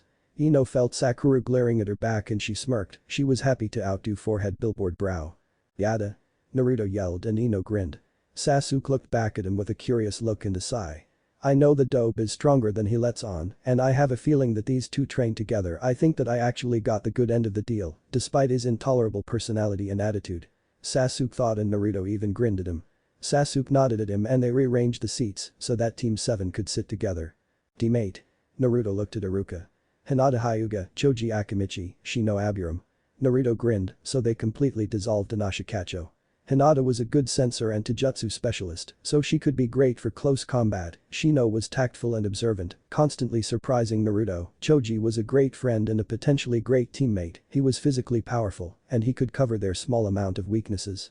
Team 9 is already active, he said, and Naruto nodded to himself. Team 10, Shikamaru Nara, Sakura Haruno, Kiba and Yuzuka. Naruto nodded, a genius when it came to strategy, a great trap specialist, and a powerhouse that was pretty well thought out, plus Kiba made a good sensor with his dog-like senses. Naruto just tuned out the rest of the teams as they were all extras. The day went by quickly. Now Naruto, Ino, and Sasuke sat in the classroom, being the last ones there, awaiting their Jonin sensei. Naruto was leaned back in his chair, deep in thought, and Ino was asleep. Sasuke just sat there with his chin resting on his folded hands. They had been there for 2 hours after everybody else, allowing Ino to get a minimum of 7 hours sleep. After all of the teams were assigned, they had taken pictures one at a time, taking 3 hours to finish, allowing Ino the much needed sleep. Naruto's eyes widened and he sat up as distant footsteps caught his ears. The door slid open, revealing a man with spiky silver hair. "Yo," was all he said, and Naruto grinned.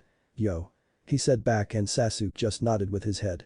Naruto tapped Ino on the shoulder and her eyes widened at the sight of their sensei. "My first impression, I don't mind you." Naruto nodded and Ino grinned. Sasuke just smirked and Kakashi turned around. "Well, I don't particularly mind the classroom. I feel like the rooftop is a much better place to talk. Meet me there in 5 minutes." He said, and they nodded. Kakashi disappeared in a puff of smoke and Naruto looked at Ino and Sasuke, shrugging. He got up, already walking out. Ino and Sasuke followed after him and they made it to the roof with 3 minutes to spare. "Over here." They heard Kakashi's voice at the edge of the building and they made their way to him. "Any idea why I brought you here?" Kakashi asked, and Naruto raised his hand. "A better view?" Kakashi shook his head. "Well, that is part of it. I want to make things clear and share a bit about myself with you." Naruto nodded, as did the other two. "Sit down, I will introduce myself and you follow my lead." They did as they were told. "My name is Kakashi Haddock, I am 26 years old, don't quote me on that. I myself was a part of Team 7 when I was younger. My sensei was none other than Lord Fourth himself." Naruto's eyes widened and heard Ino mutter a wow. Kakashi continued. "I enjoy reading and sparring with my rival, which, while a bit over the top, is a nice guy. I dislike those who abandon their comrades, and while I don't have any particular goals at the moment, I live by the saying. Those that disobey orders are scum, but those who abandon their allies are worse than scum." Naruto nodded. "I guess I'll go next." he said, and he readjusted his headband before beginning. My name is Naruto Uzumaki, I enjoy ramen. Ino grunted at that. I enjoy the company of my friends. Kakashi nodded. I like to study seals in my free time and I train on a constant basis. He said, and Ino nodded, as if confirming that. I dislike those that take what they have for granted and talk about things they know nothing about. I hate people who have no sympathy for others and I hate those that don't support their comrades. Kakashi smirked under his mask. I'm currently 12 years old, turning 13 soon. Kakashi frowned under his mask at that. He knew how much the boy was mistreated on his birthday. I have two solid beliefs.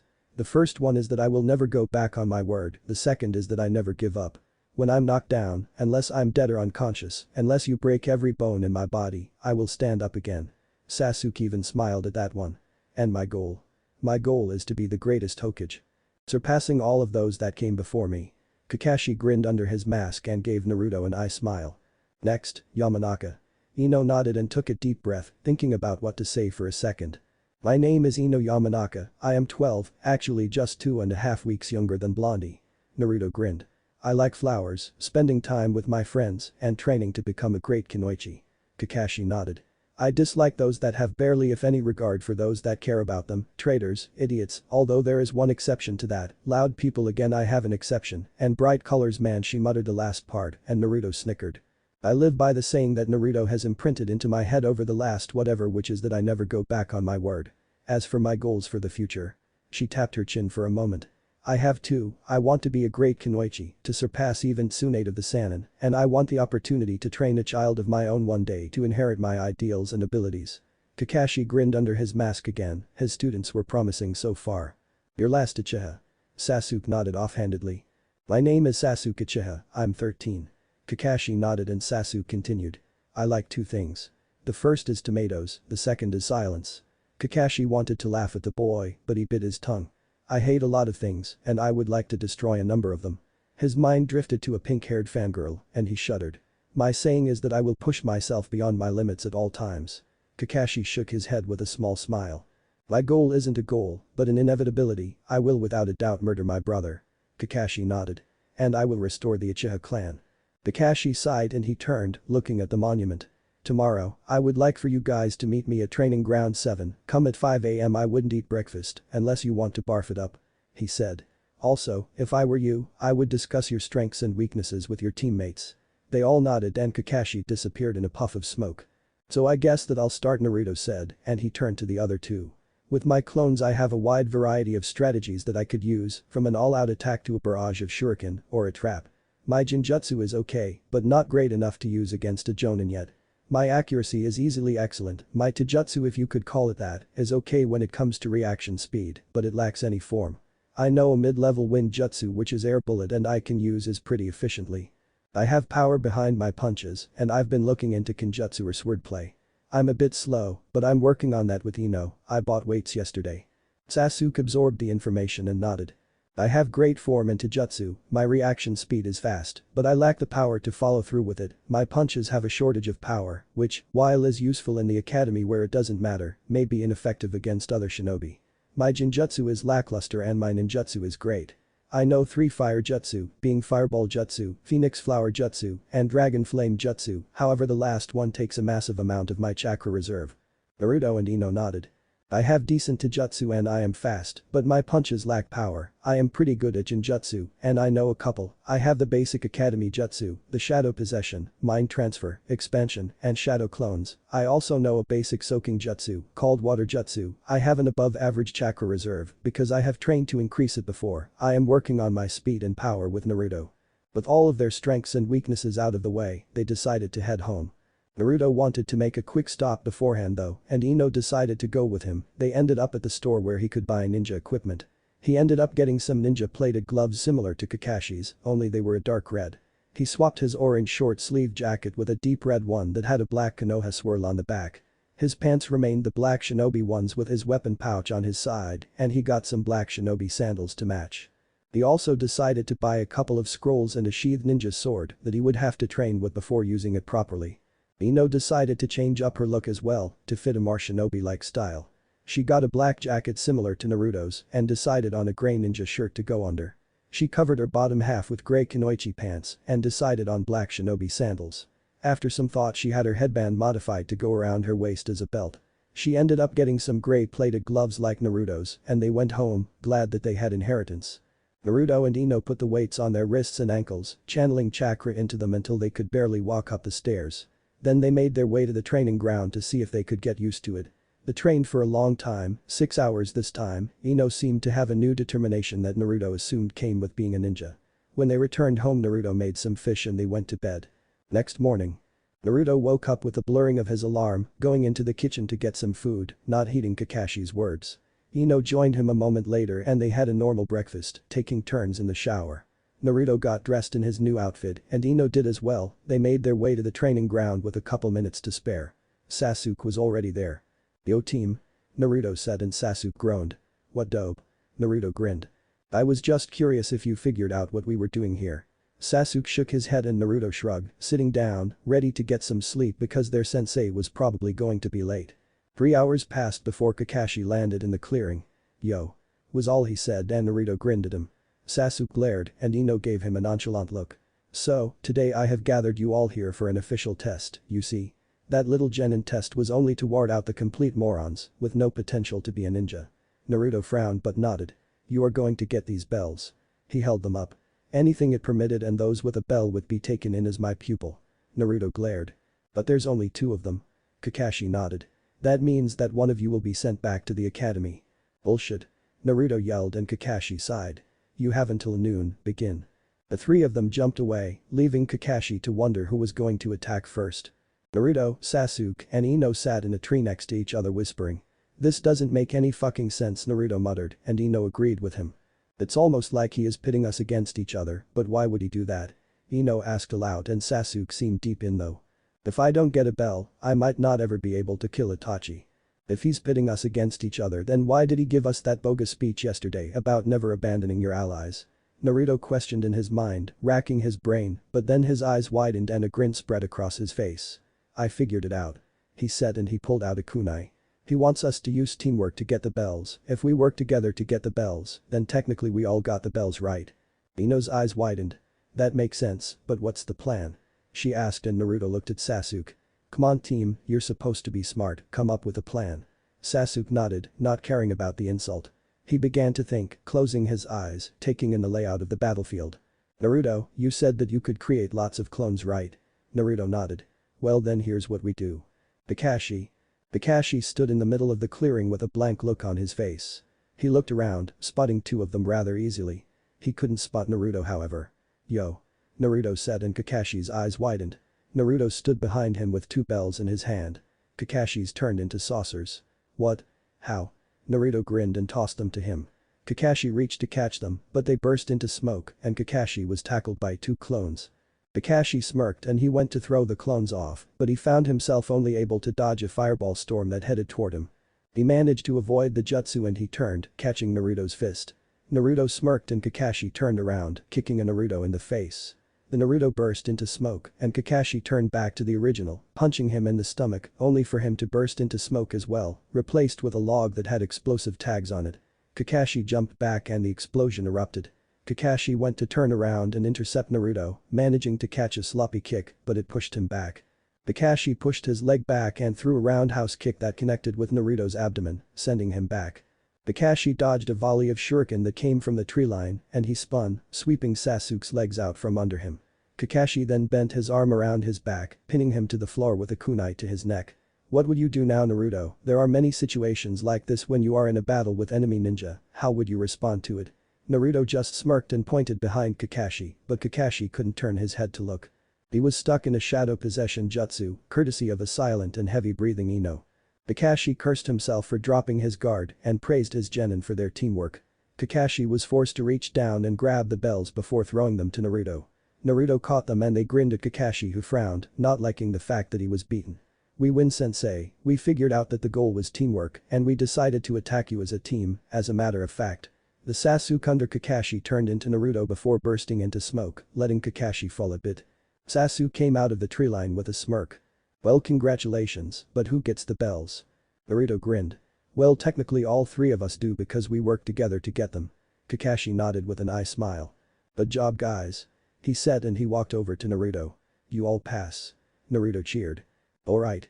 Naruto yelled and he pumped his fist into the air. Ino sighed in relief and Sasuke had an ever-present smirk. "Who's hungry?" Kakashi asked and Naruto raised his hand, Ino followed soon after, and Sasuke hesitantly raised his hand. "Okay, let's go get some barbecue, my treat." They agreed but before they left, Kakashi set up a small camera and they huddled together, taking a picture. Naruto was in the middle, holding out his fist with a grin, and Ino was standing to his left with a smile and her hands behind her head. Sasuke had his hands in his pockets with a small curve of his lips, not looking at the camera. Kakashi was behind them with a hand on Ino's head and a hand on Sasuke's head, his eye smile was blatantly obvious, and if you looked closely, you could see a bit of a smile behind his mask. After the picture they left to go get food. Naruto and Ino returned to their humble abode at the end of the meal, before going to train for another 6 hours. They ended the day on a high note and went to bed, ready for the next day where they would meet Kakashi for their first mission, which was most likely going to be more like a chore, but a mission nonetheless. Ch4. A C-rank mission and Mother Dearest. It had been 2 months since they had completed the test and they had done at least 50 D-rank missions. Ino found herself growing attached to the team, it was like a new family. Naruto and Sasuke always argued and she loved both of them, one she loved more like a brother and the other she loved in a romantic way. She convinced herself that it was Sasuke, but not even she could deny that it was Naruto. Sasuke had become like a brother to her due to the fact that both of their clans were exterminated, conversation came rather easily. Ino still had one family member in the village, but he worked for Danzo and she hadn't seen him in a while. Ino was growing more and more attached to Naruto himself as well, asking him where he was going if he was leaving or asking if she could accompany him. He never turned her down, not even once, not even when it was something stupid like going out for air. She knew that he loved her and he would do anything for her, he made that blatantly clear the first month after they got their team. Flashback. Naruto trudged through the streets with his hands in his pockets, he had just increased the weight of his chakra weights and it was weighing him down. He smirked as his shared house with Ino came into view. He walked across, opening the door and walking in. He heard sobbing and his eyes instantly softened, knowing it was Ino crying about her family, he decreased the weight of his chakra weights so that he could be fast and he ran to her door, knocking on it. He heard a gasp and a quick "see come in." He knew she would let him comfort her, she always did. Despite Naruto being on the slow side, when it came to being school smarts anyway, he always tried his best to reason with her and pull her out of her slump. Naruto came in, instantly recognizing her tear-stained eyes and disheveled hair. "Hey," he said softly. Ino smiled kindly at him, but he could see the sadness behind the smile. "Hey," she muttered and he sat on the bed next to her. "You okay?" he asked, already knowing the answer. "No," she muttered, and he nodded. "Wanna talk about it?" Ino sighed, she really didn't. "No." He shrugged. "Okay." he said and he laid next to her sitting form, smiling reassuringly and kindly at her. They were just there in silence for a while before Ino spoke up. "Naruto, why do you go out of your way to help me?" Naruto grinned and she found a small blush coming to her cheeks. He closed his eyes and laid his hands behind his head. "Because I love you." he said and her eyes widened. But what about forehead?" Naruto opened his eyes and looked at the ceiling, raising his hand into his vision. "Actually, the only reason I used to pester her for a date when we were younger is because she actually paid attention to me when I talked, it didn't matter that it was negative attention to me, it was attention all the same." Ino remembered how badly Sakura used to reject Naruto, physically and verbally. "The village used to treat me like I didn't exist unless it was October 10th, which was worse because they would get into mobs and beat me within an inch of my life because of my tenant." Ino's eyes filled with tears. "It was more like the desire for attention, when she would turn me down so loudly, I got attention from everyone in the class." he said and she nodded. That was true, when Sakura turned him down, he was the main thing that the class would talk about that day. Naruto, Ino muttered and he grinned at her. "It's fine, I wouldn't trade my life for the one that I have," he muttered, lightly grasping her hand. "I mean, I met you after all." he said and she just stared at him for a moment. She unconsciously felt herself leaning in for a kiss and her mother's face flashed through her mind. "No." she yelled and she jumped out of the bed, away from him. She pulled on her jacket and ran out of the house. Naruto's hurt look present on her mind, her heart aching, she wouldn't let anybody get close to her, it hurt too much. Naruto was a constant reminder of what happened to her family. Naruto wanted to run after her, but all he could do was reach out toward the door with sad eyes. He stood up and made his way out of the building to go blow off some steam. Flashback end. Ino sighed as she made her way to the Hokage Tower. While she had been clingy to Naruto, Naruto seemed mentally distant, as if he was hesitant to share his thoughts with her, like he was scared of her opinion. It hurt her to see her friend be that scared to share his thoughts and feeling with her. He had become more reserved, he had stopped asking her out once a week and instead opted to go to sleep when he got home. Their training was silent and awkward, not really having anything to say to each other. She spotted her team and as always, Sasuke and Kakashi were conversing while Naruto just sat to the side of them with a blank look on his face. Kakashi had taken notice of his behavior immediately, but he decided that his students needed to handle this on their own, it hadn't affected their teamwork as far as he had known. I have good news you three. We got a C-rank mission. We are escorting a bridge builder to the land of waves. Naruto nodded and he went to pack for a C-rank mission, leaving the three of them to go over the details of the mission. Ino went home and told him when they were meeting, which was the next morning, and Naruto nodded, not offering a word to his teammate. He went into the kitchen and cooked them food before shoveling it down and going to sleep on the couch, leaving her to eat by herself. The next morning they made their way to the village main gate, meeting up with Kakashi, Sasuke, and an elderly drunk named Tazuna, who was a master bridge builder that needed to be escorted home. Tazuna was going to remark about the weak-looking team, but he decided against it when he saw the hidden aggression in Naruto's eyes. Over the time that he had been alive, he learned to read people, and he could tell that Naruto was seeking to crush somebody to get out his pent-up aggression. They left and the Naruto talked quietly. Naruto took notice of a puddle on a summer day when it hasn't rained in weeks. He stopped for a moment, walking over to it, staring at it. Really? He asked and he was answered by a clawed hand shooting up at him. Naruto stepped back and a man flew out of the puddle and past him. Naruto turned to the man, and his team watched from a distance as Naruto was surrounded by two Chunin-level ninja with claw-like devices on their hands. Naruto had a look on his face that was serious but lacking any concern. Let's go. One of them yelled and both of them rushed at Naruto. Naruto ducked under a claw, grabbing the one that attacked him by the gauntlet on his wrist. Naruto then turned and swept the legs out from under the other one. He fell on his back and Naruto stomped on his face. Bro. The one Naruto was holding yelled. Naruto bent his arm awkwardly behind his back before jerking it painfully, effectively pulling it out of the socket and causing the boy to yell out in pain. Naruto then pushed the back of his head, slamming it into the floor with an audible crack. Okay, Kakashi muttered. I was about to let them attack and see who they were after, but it seems you had another plan. I didn't expect that kind of brutality from you, Naruto. Calm down. He said, noticing the boy was satisfied with his work. That wasn't necessary, Naruto. You could have subdued them with ease. Naruto turned with a sneer toward Kakashi, walking past him. Kakashi sighed and they walked away from the two brothers. Naruto was being even more distant than before, only replying with grunts. He was like Sasuke used to be. Naruto, despite being angry, was keeping a close watch on the stuff around him because it was likely that they were after the bridge builder and that if someone had sent them, that they were likely to send someone stronger next time, likely Jonin level next time. Naruto's ear twitched as he heard silent breathing.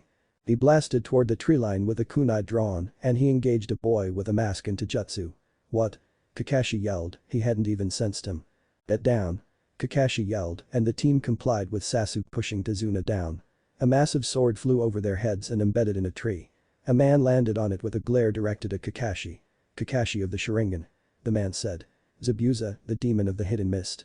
Kakashi muttered, he didn't have time to worry about Naruto, he had to deal with Zabuza. Kakashi pulled up his headband, revealing a Sharingan. Oh, I'm flattered. Zabuza said and Kakashi frowned. Naruto. Naruto had caught the masked boy off guard, crashing his fist into his face, making the boy tumble back into another clearing. That's quite the sensing ability you have. The boy muttered as he stood up. Naruto glared at him. Naruto got into his taijutsu stance, his hands crossed in front of him in claw-like form. Think when Naruto first awakened Kyuubi during his fight with Sasuke. The boy weaved through hand seals. Water style. Raging torrent. The wave of water rose from behind her and rushed toward Naruto, who easily got out of the way with a burst of speed, appearing in the tree line. Naruto blasted toward the boy and he pulled out a senbon. Naruto punched at him and the boy slipped to the left, spinning, intending to stab him with the senbon, but Naruto ducked and came up with an uppercut. The boy was thrown back, landing on his back before standing up. He held up one hand. Hidden jutsu. 1000 needles of death. Naruto was surrounded by 1000 needles made of ice, and before they could connect he jumped into the air, avoiding them, and he weaved through hand seals. His cheeks grew large and he roared. Wind style. Air bullet. The large ball of wind shot toward the masked boy and he slipped to the side, avoiding it, but he stumbled a bit as it caused a quake in the ground. Naruto took advantage of this, rushing at him, ready to punch him in the face and remove his mask. The boy surprised Naruto by rolling toward him awkwardly and Naruto tripped over him, landing on his hands and flipping to his feet. Naruto stopped for a moment and stared at the boy who had his hands up with his fingers crossed. I'm sorry. I can't afford to hold back in this fight anymore. The boy said and Naruto nodded. Secret jutsu. Demonic crystal ice mirrors. Bakashi. Bakashi was kicked in the face by Zabuza and sent soaring over the water. He landed in it, intending to hide in the water, but his eyes widened, feeling the chakra it had in it. Gotcha. Zabuza said. Water style. Water prison jutsu. Bakashi was trapped in a sphere of water that was as solid as steel, unable to move. Sasuke glared at Zabuza and Ino stayed in front of the bridge builder. Tazuna, I need you to go hide in the trees. Ino said and Tazuna nodded, running into the forest. Ino then stood next to Sasuke. Any ideas? Ino asked and Sasuke shook his head. Zabuza held up his hand and a copy of himself formed out of the water. You guys are screwed, not only are you fighting a Jonin, but your friend is fighting Haku, a kid I trained myself. There is no way you are going to be able to beat me. Ino glared at him. Why are you attacking us? She yelled and Zabuza laughed. Well actually, I was hired to kill the bridge builder, I'm just having some fun before I go to kill him. You see, the land of waves where this man lives is controlled by a very powerful man money-wise, his name is Gato from Gato Corporation. He has an iron grasp on this country and won't let the bridge builder ruin it with the bridge. Ino nodded, it made sense. All we have to do is save Sensei Sasuke. Ino said and Sasuke nodded. Something in mind. Run.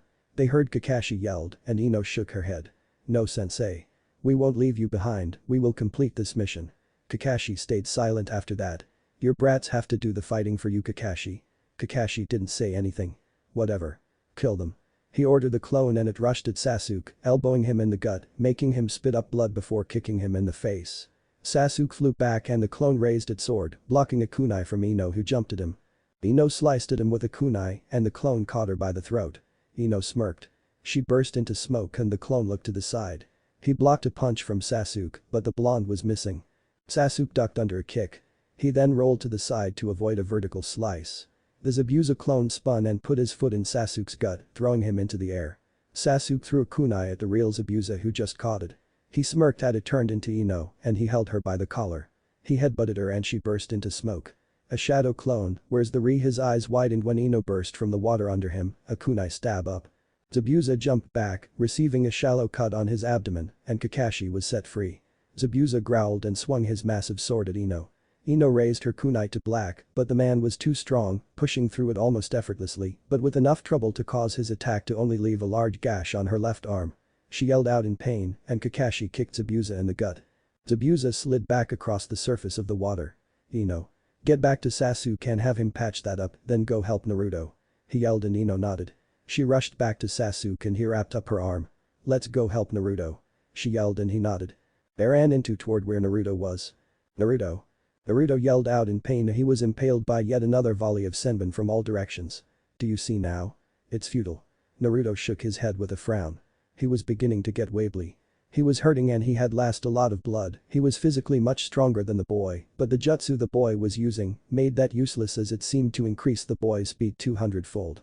Naruto growled out and another senbon hit a vital spot. He fell to his knees. I got this Naruto muttered before falling on his front, almost asleep. Naruto. He heard and he closed his eyes, drifting into another world. Ino realized that it wasn't smart for both of them to travel into the mirrors and she stayed on the outside, attacking the mirrors that the boy appeared in. Sasuke went on the inside and he was being impaled by volley after volley of senbon, barely keeping track of the boy's movements. Sasuke jumped in front of Naruto yet again and unleashed a fireball. The boy dodged easily and kicked Sasuke in the chest, sending him at a mirror which the boy appeared in. Sasuke turned around and he could now sense the boy's movement. Haku realized two things, one was that the boy was tracking his movements and he wasn't before, and two that the boy had a one-tomo Sharingan in his eyes.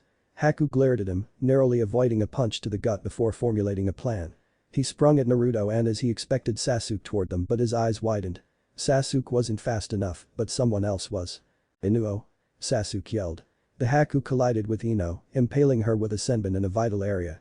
There was an audible crash noise and Ino grabbed him by his arm. His eyes widened and Ino punched him in the mask. He flew back and stood up. Ino collapsed and that left the Uchiha who he dashed at, catching him off guard and stabbing him in the neck, effectively rendering him unconscious. Haku sighed in relief before he heard a grunt. Ino wasn't completely unconscious either so she heard it as well. What? Naruto muttered, sitting up. He looked around and his eyes widened immensely. Ino. He yelled and he rushed to her side. He could worry about Sasuke later. And Naruto. Is that you? Ino asked and he nodded, propping her head up. He held her closely. Her eyes were losing their life and her skin was cold. "You'll be okay," he said, and tears began to fall down his face. "Naruto, I'm sorry, I should have taken you up on your offers." Naruto's eyes widened. He knew what she was referring to. Don't worry about it. You still can." He yelled and Ino shook her head lightly. "Hey," she muttered, putting a hand on his cheek. "Be strong for both of us, okay?" "Thank you, Naruto," she muttered, not being able to finish her sentence before her body went limp and Naruto's heart shattered, her pulse was gone and she wasn't breathing. "I know," he muttered silently. "Ino, come and wake up please." He whispered, placing a kiss on her forehead. A voice interrupted him, however. "Is this the first time you have had a comrade die?" Naruto didn't respond. She rushed in to saw shut the hell up. Naruto yelled. Naruto's mind. "Kyuubi. Give me your power," he said with a fierce glare. Their chakras were merged successfully, but he could always put more chakra into Naruto. "That's not a good idea, Naruto, that would seriously injure your body." "I don't care," he yelled, his voice cracking at the end. "I refuse." Naruto glared at him, walking forward. "I wasn't asking." Naruto yelled. "Give me your power." The fox shook its head. "Fine. You won't give it to me. Then I'll force it out." Naruto screamed and he went to rip the seal off. The fox's eyes widened. "You fool." Naruto went to tear the rest of the seal off, but the back of his collar was caught and he was thrown backward onto the grassy plain that he had created. The slight splash of the waterfall hit him with droplets on his face. What? Naruto felt himself calm down. The rage was still there, but it felt like he didn't have it right now, like he couldn't grasp that specific feeling. "You little baka." He heard and he looked up. He frowned. It was a woman with dark red waist-length hair. "Hello? Who are you?" Naruto asked and the woman shook her head with a sigh. "My name is Kushina Uzumaki, dum-dum, I'm your mom." Naruto's eyes slowly widened as the realization hit him. Mom? But how?" he yelled and she put her hand on her head with yet another sigh. "How is not important, why is? Why are you trying to remove the seal?" Naruto glared at her, surprising her. "I'm going to destroy that fake hunter ninja, no matter the repercussions to my body." Kushina shook her head. "Not that I wouldn't do the same thing, but be smart about this for a moment. If you unleash that much malice full chakra, who do you think will be affected? You for one, will not only sense the need to destroy that boy, but your friends as well. Even if the Yamanaka is dead, that doesn't give you the need to kill the rest of your squad as well. Did you think about that?" Naruto was in shock. She was completely right, he had been an idiot down to his core. I'm sorry," he muttered. The fox huffed at him and turned away. Kushina just smiled softly at him. "Look, it's okay, everyone makes mistakes. I'm just glad that I could make it in time," she said and Naruto nodded. "Who was dad?" Naruto asked out of the blue and Kushina was a little caught off guard. Actually, I can't tell you that," she muttered and Naruto sighed. "Well, at least I know who my mom is," he said and she nodded. "Now, I hope you don't want to try that again ever. Fluffy's nice, but he's also not allowed out," Kushina said and Naruto nodded, snickering a bit at the nickname. "Shut up." The fox roared and Naruto resisted the urge to laugh. "I have a question though," Kushina nodded. "What should I do now?" She was a little caught off guard by the question, but she regained her composure quickly. "Well, generally after a lover dies you try her eyes widened. Well, it seems Miss Yamanaka is alive in that case, I suggest you tell her how you feel." Naruto's eyes widened. "She's alive." Kushina nodded. "That masked kid must have put her in a coma." Naruto nodded with a sigh. "I want to tell her how I feel, but I know she doesn't feel the same way, at least not as far as I know. What I do know is that she pushed me away when I was there for her and I'm waiting for her to allow me back in," he said and Kushina sighed. "You need to figure out how the female heart works, Naruto, although that is impossible." Naruto nodded. "Yeah, I know, I'll just see how things play out." Kushina felt herself fading. "Well, it seems the chakra has run out. I love you, Naruto," she said and she turned transparent. "Mom," Naruto said and he pulled her still physical form into a hug, his head right below her breasts. "I love you too, thank you, I'll never forget you." His mom teared up and vanished. Naruto stared at the place that she previously stood for a moment before turning to the fox. "Kyuubi, I'm sorry," he said and he held up his fist. "Still friends?" he asked with a grin. "Naruto, friends is a step too far, but whatever," the fox said and he fist bumped Naruto, their chakra rebinding instantaneously and stronger than ever. "Let's do this," Naruto yelled. "Real world. What's happening?" Haku yelled in confusion and fear. Naruto went from leaking massive killer intent to calm but hold extreme power. His chakra was blaring and suffocating, visible and purple. "Is this a Kekkei Genkai?" Haku yelled and Naruto grinned at him, getting into his stance. "No matter. I won't be defeated by you. I must aid Zabuza in his mission." Haku began to replicate across the mirrors seemingly, and Naruto watched him intently, able to keep up with his movement. Naruto hadn't taken off his weights and he didn't plan to in this fight. Then let's begin. Naruto vanished before Haku's eyes, but as a trained shinobi on high Chunin level, he was able to keep up with Naruto's movements. Naruto appeared behind the mirror he was in and punched it. It shattered, disrupting the jutsu, and Haku jumped away from the crystal ice mirrors. Naruto disappeared again and picked up Ino, setting her gently by Sasuke. It seems that you have figured out that they are not dead, do you intend to continue the battle? Naruto nodded to her and looked down. You said that killing is the way of a shinobi, right? In that case I want us to both follow the way of shinobi Haku, I want this to end with only one of us walking away with our lives. Naruto said and Haku nodded. I will make sure that I follow through with that. Naruto grinned and ran at Haku who responded eagerly, pulling open his kimono and revealing a katana. He unsheathed it and swung it at Naruto who narrowly dodged it and punched at Haku with a hook. Haku leaned back to dodge, but it blew his mask off of his face and to the side. Naruto followed up with his assault, kicking at his gut to which Haku bent over slightly, letting it fly past his stomach. Haku spun and with an elegant slice he cut at Naruto who leaned back as well, gaining a small cut on his cheek. Naruto then found a hole in his form and punched at Haku's other shoulder, making him gasp in pain, before Naruto swept his feet out from under him, kicking him away in midair. Haku landed on the ground, sliding to his feet, but Naruto was already done weaving through hand seals. Blind style. Air bullet. Naruto yelled and he spat out a massive ball of piercing wind chakra that Haku rolled to the right to dodge, but it clipped his shoulder, cutting and dislocating it. With only one good hand, the odds were not in Haku's favor, especially since when he looked up, Naruto was gone.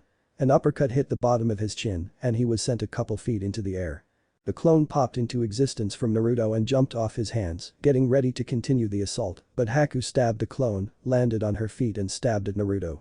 Naruto was left with little time to dodge, but he managed to avoid fatal damage, receiving a gash on his side. Naruto then spun and kicked him in the side of the head, but Haku recovered rather quickly and slashed horizontally at Naruto. Naruto somersaulted over the slash and rolling into Haku's close range, but since Haku was holding a sword, he was unable to stop Naruto with his good hand, allowing Naruto to slam a punch into his gut. Haku doubled over and Naruto slammed his knee into Haku's face, sending him soaring through the air and onto his back. Haku struggled to stand up and he had lost his sword, leaving him with only 3 jutsu to use, which was the needles, the water clones, and the hidden mist. He raised his hand and 3 of himself appeared. Naruto's narrowed and he crossed his fingers, 80 of himself appeared in the area. It looks like this is the end, Haku. Naruto said as his clones began to weave through hand signs. Not yet. Hidden mist jutsu. Haku and his clones were hidden in the thick mist that covered the area. His clones and himself all held up their good hand again. Haku channeled chakra. 4,000 needles of death. Naruto's eye widened and he made quick work of getting out of the mist, but his clones weren't so fortunate. Naruto dashed back in after a moment and caught the original Haku off guard, stabbing him with his own sword through the gut. Haku coughed up blood and yelled out in pain, his clones burst into water and the mist slowly faded. Naruto just kept him there. Why you win, Naruto sighed. Naruto, my name's Naruto. Haku nodded. You win, Naruto, he repeated, this time saying Naruto's name. Naruto nodded with a sad smile. He unsheathed the blade and Haku fell to the ground, dying in a pool of his own blood. I'm guessing this is the first time you have taken a life, Naruto. Kakashi said from behind Naruto and Naruto nodded. Yeah, but it's the way of shinobi, Kakashi nodded. I can't say that you ever get used to it, but eventually it becomes like second nature. Anyway, what happened, where are the other 2? Naruto pointed to the side and Kakashi walked over to them. Naruto stabbed the ground with the blade and Tazuna emerged from the trees a moment later. We won. Great. Naruto scowled at him and turned around, walking to Kakashi and his team. He sat down next to them and Kakashi collapsed from exhaustion, using the Sharingan too much. I hope to God that if anybody comes next, they won't be nearly as strong as them. Naruto muttered and he sighed. This was going to be a long mission, maybe they could just take out who sent them and be done with it. Chapter 5. Fox, the exams begin. Naruto sat on the balcony of Tazuna's home, deep in thought. The balcony faced the ocean and gave Naruto a rather great thinking spot, but it also hid him from anyone that was looking outside for him. Or so he thought. Kakashi sat next to him. Yo. Kakashi said and Naruto didn't say anything. So you seem even more distant, if that's even possible, Naruto, there any reason for that? Kakashi asked and Naruto didn't respond for a moment. The breeze tickled his skin a bit and he sighed deeply. I met her, Kakashi-sensei. Kakashi cocked his brow. She was beautiful, strong, loving, famous, and something that I wish I could have. Kakashi figured he was talking about a girl for a moment, but then Naruto spoke up again. Kushina Uzumaki. Kakashi's eye immediately widened and he stood up from shock. Naruto still didn't even look at him. So I guess you knew. Naruto said and he directed his gaze at Kakashi, revealing the fact that he had tears falling down his cheeks. Kakashi gave a sad nod and he sat down next to Naruto again with a sigh. I'm assuming that your seal master of a mother figured out a way to talk to you despite the fact that she's long gone. Naruto nodded. Well, you know there is a reason that you weren't told, right? It wasn't to spite you, the contrary in fact. Naruto shot him a confused look and Kakashi chuckled. She was a famous ninja, Naruto. We were keeping you safe by not revealing your heritage and if I were you, I wouldn't tell anyone. Naruto nodded. Did she tell you who he was? Naruto shook his head, already knowing what Kakashi was referring to. She told me that she couldn't tell me that. I have a feeling that it has something to do with the fact that my dad probably tampered with the seal himself. I have an assumption at who he was though and I'm almost positive we look exactly the same. But I already figured that if he had a lot of enemies that it wasn't safe to talk about that one, especially with someone as famous as the Yellow Flash. Kakashi froze up and that was all Naruto needed to confirm it. So it is true, huh?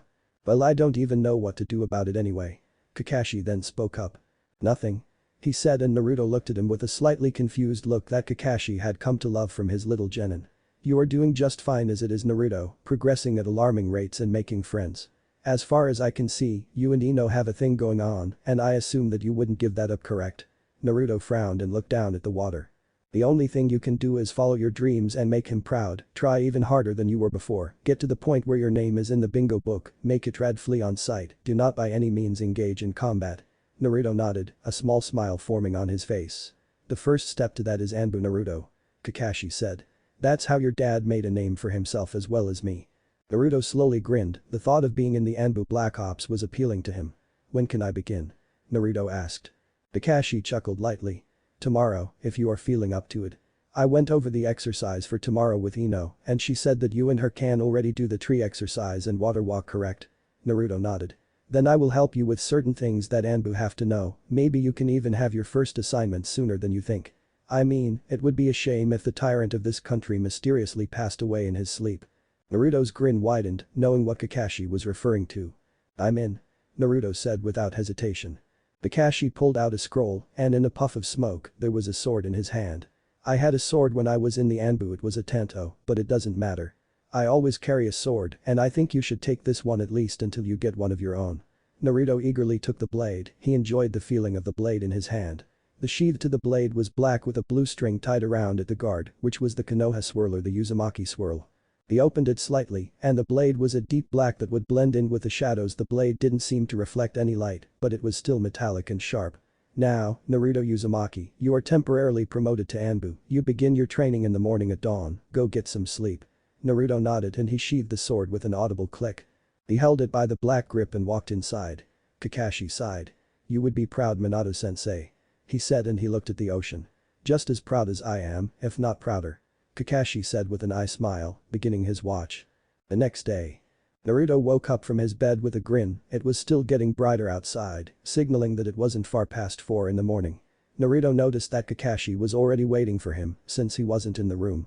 Yada, Naruto whispered and he snuck past the sleeping form of Sasuke, creeping through the hallway past Ino's room, but he didn't notice that she was already up and walking out of the bathroom. Her eyes narrowed at the sight of him, but she didn't say anything, she just followed him out of the building and to the training ground where he met with Kakashi. So Naruto, what are the basics of being a shinobi? Kakashi asked, expecting Naruto to have no problem answering this. His prayers were answered when Naruto spoke up without hesitation. Chakra control, balance, stealth, silence, and power. Kakashi nodded. Today we will be working on stealth, silence, and balance. These are the essentials of an Anbu, as you will be doing more stealth and assassination work than even a full-fledged Jonin. Naruto nodded, staying silent through Kakashi's explanation. Let's start with silence, I want you to erase all signs that you are alive and hide somewhere that I can't see you. I am going to be enhancing my hearing with chakra and I expect you to stay quiet. You have until the count of 5 to hide and I am going to be covering my eyes. Kakashi covered his eyes and Naruto immediately sprung into action, literally. He jumped into the air silently, landing on a branch above Kakashi and doing his best to blend to the tree, actually doing rather well. 5. Kakashi said he didn't open his eyes, just listening. That needs work, Naruto. He said in Naruto's ear from behind him, a kunai pressed into Naruto's throat. And no way. Naruto yelled and Kakashi pulled back his kunai. Now we are going to do the same thing in reverse, Naruto. Naruto nodded slowly. He jumped down with Kakashi and he covered his eyes, counting in his mind. 5. He muttered and he didn't open his eyes, he channeled chakra into his ears and listened. He disappeared immediately, appearing beside the hiding Ino. Ino? He asked and she slowly turned toward him. What are you doing here? He asked and she sighed. I was curious what you were doing up so early. He shrugged. I'm training now, I'm gonna get back to that, so he said, and she nodded. He jumped away from her and she fell over, a massive blush on her face. He had caught her so off guard that it actually hurt her chest with how scared she was.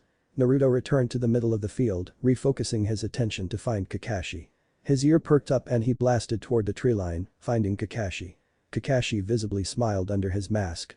At least we don't have to work much on your sensor ability, but we already knew that after you tackled that fake hunter ninja that worked for Zabuza. Naruto nodded. So now we work on your silence, starting with. Time skip 2 weeks. Naruto raised his sword and parried a kunai from a Kakashi clone.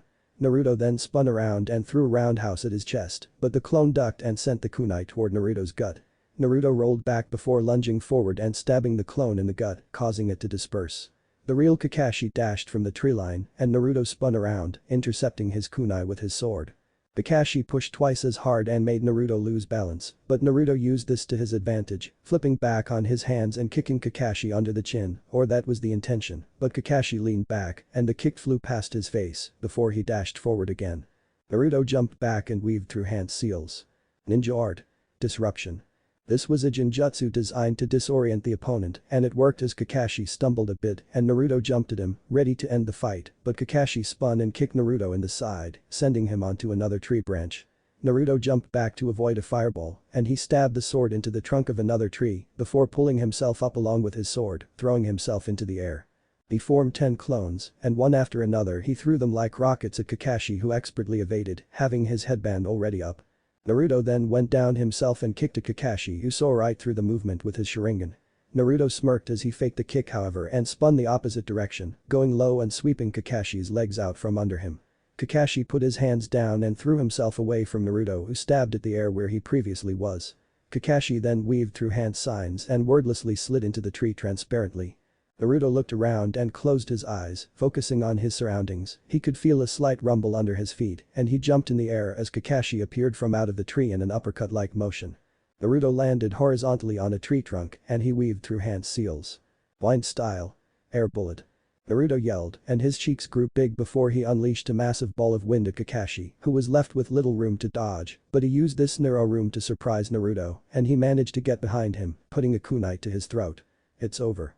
He said and Naruto grinned. You are getting better though, Naruto, a lot better. I may not have been going all out, but neither were you haven't taken off your weights. Naruto nodded. How much weight are you carrying around anyway? Naruto shrugged, having lost count a couple 100 pounds ago. Kakashi sighed and sheathed the kunai, rubbing the back of his head and putting his headband back down. You are Anbu level now, but I want you to be at least special Jounin level before you join the Anbu. When we get back and you do the Chunin exams, we will finish the training that you have to do, but for the next few days you can relax, the exams begin in 3 days and it's going to take 2 to get back. Naruto nodded, they were in fact leaving the wave today. Much to the pleasure of the village, Gato had vanished a couple of days prior to them leaving. Why? Just think of it as a mission as an Anbu. Naruto had infiltrated the mansion and with little to no effort, he had managed to assassinate the shorter man with one swift slice that had left his head rolling on the ground. Flashback. Naruto landed in front of Gato's mansion, but a little far away in a tree, he had an earpiece in his ear, signaling that Kakashi was talking to him. Are you in position? He heard in his headset and he whispered a positive to his Jounin sensei. Wait for the next guard cycle and take him out, try to keep the death to a minimum if possible. Naruto nodded to himself, but Kakashi knew that he had been heard. Naruto waited for a couple minutes before dashed down silently, using his chakra to silence his footsteps. He appeared behind a guard and in one swift motion, punched him in the back of the head hard enough to leave him unconscious. Naruto picked up his body and put it in the woods before jumping up to a window and peeking through silently. The room was empty, signifying that Naruto could in fact make it in unseen. Naruto opened the window with a small burst of chakra and slipped into the dark room. He smirked to himself at being able to get in unseen, but his eyes widened when the door opened and Naruto dashed into a dark corner. Naruto stayed there for a moment and the thug went to close the window. Naruto chopped his neck and pushed him out of the window with a sickening crack. Naruto made his way out of the room and his eyes widened, it was almost completely empty. They were most likely all in one place then. Naruto made his way into room after room, subduing anybody that he came across, before finally making it to the office of the man he was meant to kill. Naruto slipped in through the door, not caring that the short man was currently in between the legs of a young girl. Naruto severed the man's head in one swift motion of his now unsheathed sword, and he was thankful for the mask that Kakashi had let him borrow. He looked down at the little girl. "Are you okay?" he asked, and she nodded hastily, tears falling from her eyes. He handed her clothing, which was thrown to the side, and he picked her up bridal style. "Dog, mission is complete," Naruto said, and she looked at him confused before seeing the thing in his ear. A low resounding voice spoke up soon after. "Good work, Fox, return immediately." Naruto didn't say anything back, but he jumped out of a nearby window and made his way through the woods, setting the girl down near the town. She hugged him and ran into the town. Naruto shunshed at Izuna's house and he landed on the roof. He looked around and spotted Kakashi in the yard looking back at him. Naruto jumped over to him, taking off the mask and handing him the mask. Kakashi took it and nodded to him. "Good work, Naruto, go rest, we will continue training tomorrow." Naruto nodded. Naruto went inside and to bed, not peacefully but rather satisfied. Flashback end. Naruto sighed and he sat back. The Chunin exams were so soon, no time to take a proper rest. They were leaving later that day, they were just getting in some last-minute sparring. Naruto then sprung up with a wince and a hiss. Ino was laughing after pouring a bucket of cold water on him. Naruto growled at her and picked her up, throwing her over his shoulder, and he jumped into the nearby lake. She screamed and he laughed loudly. Naruto then jumped out of the water to avoid a low-level water jutsu from her. He began to run and he felt his legs come out from under him as a foot came out of the tree line and right into his ankles. Naruto glared at Sasuke, who had a smirk on his face. "Team!" Naruto yelled and he was tackled by Ino. Ino then punched him on top of his head and Sasuke actually let out a laugh. He was glad to be placed on a team with someone that wasn't completely head over heels for him. His eyes then widened and he hunched over as Naruto planted his fist into his gut before he got pummeled by Ino. He could hear Naruto mutter. "Worth it." Ino smiled at Sasuke. "Thank you, Sasuke," she said, and he looked away with a smirk. Maybe not completely head over heels for him, 100 times better than Sakura though. Naruto stood up. "So I assume that you two are just as ready as I am for the Chunin exams, right?" he asked, and they hastily nodded. "Yeah, I can't wait to be a Chunin," Ino said, and Sasuke agreed. "We can start taking missions like this one way more often," Sasuke said, and Naruto nodded. "Though I don't believe that this is usually what a C-rank mission entails," Naruto shook his head. This was already an S-rank mission for him and an A rank for the other two. "No, that would usually classify as a high A rank to S rank," Naruto said, and Sasuke smirked. Naruto had come a long way from being the dope of the class and he was glad to have him on the team. They had yet to fight, but he was pretty sure that Naruto might be able to keep up with him. "So are you guys all ready?" "I'm about ready to leave and get some ramen." Ino nodded and Sasuke shrugged. "I never really unpacked, we kind of got here really quick and just used Izuna's home instead." Naruto nodded. "Fair enough, well let's go team," he yelled and he turned around. "Oh Ino," he said, and she cocked a brow. "Thanks," he said, and she gave him a confused look. "Don't worry about it," he said, and she shrugged. "Whatever," she said, but it was more of a question. She had no idea what he was thanking her for, but maybe he would tell her when they got home. She was happy that they were done with the extended mission. She may not have been as helpful as them, but she was definitely exhausted. It was now time to return to their village. After leaving, they stayed on the road constantly for 2 days, not stopping because they wanted as much time as possible. Time skip. Naruto and Ino returned to their home after going to the Hokage office, and Ino immediately went to take a shower. Naruto instead decided to take a nap and he crashed on the couch almost immediately. He didn't feel like talking to anybody at the moment, so he went into a peaceful abyss of sleep instead. Naruto woke up an hour later and he got up, going into the kitchen to find Ino humming to herself while she happily cooked. She danced around gracefully and Naruto found the sight mesmerizing. He sat down silently and just watched her work in the kitchen, not bothering to make himself known. She seemed to be humming a song to herself and Naruto found himself hypnotized. She finally laid eyes on his form and her head turned red, a blush so fierce that it rivaled his mother's hair became apparent. Naruto grinned at her and she growled. "Yubaka." A loud crash was heard and Naruto could be seen a few minutes later sitting at the table with a bandage over his nose as he enjoyed the food that Ino had prepared. He was grinning all the same, ignoring the fuming Ino and his pained nose. "Don't scare me like that, Baka," she muttered, and he chuckled a bit. She glared at him as he began speaking. "I couldn't help it, the sight was so beautiful that I had to sit down and watch. I would do it again 1,000 times over as well. Maybe next time I'll bring popcorn," she growled. "There will not be a next time," she yelled, and he gave her a pouty face. But. She hardened her glare and he sighed. Fine, I won't watch you, geez. He said and she grinned in triumph. That you know of. He finished and her glare returned. Fine, fine. He yelled and he covered himself. Good. She said and he grinned. So are you ready for tomorrow? He asked and she looked down at her bowl of soup, her face reflected lightly off the reflection of the soup and she smiled lightly. Yeah, I think I am, I'm really looking forward to handing forehead her ass. Naruto laughed. That's the spirit. Naruto yelled. This soup is good, but let's go get some ramen. He yelled and he grabbed her hand and dragged her out of the apartment. She didn't even protest, she was used to it at this point. She and Naruto turned down a side street and Naruto's eyes widened. Konohamaru. Naruto yelled and he dashed to save his rival. Konohamaru was currently being held up by his overly big scarf by a guy in a black feline costume with a large package on his back. Naruto pushed the guy and took Konohamaru, putting him down. Go to Ino. He said, pointing at Ino and Konohamaru nodded. Naruto glared at the cat guy. Pankuro, come on. Gaara's gonna be pissed. He heard and he laid eyes on a blonde girl. Damari, I'm just having a bit of fun. Naruto narrowed his eyes. Hey, is that Gaara?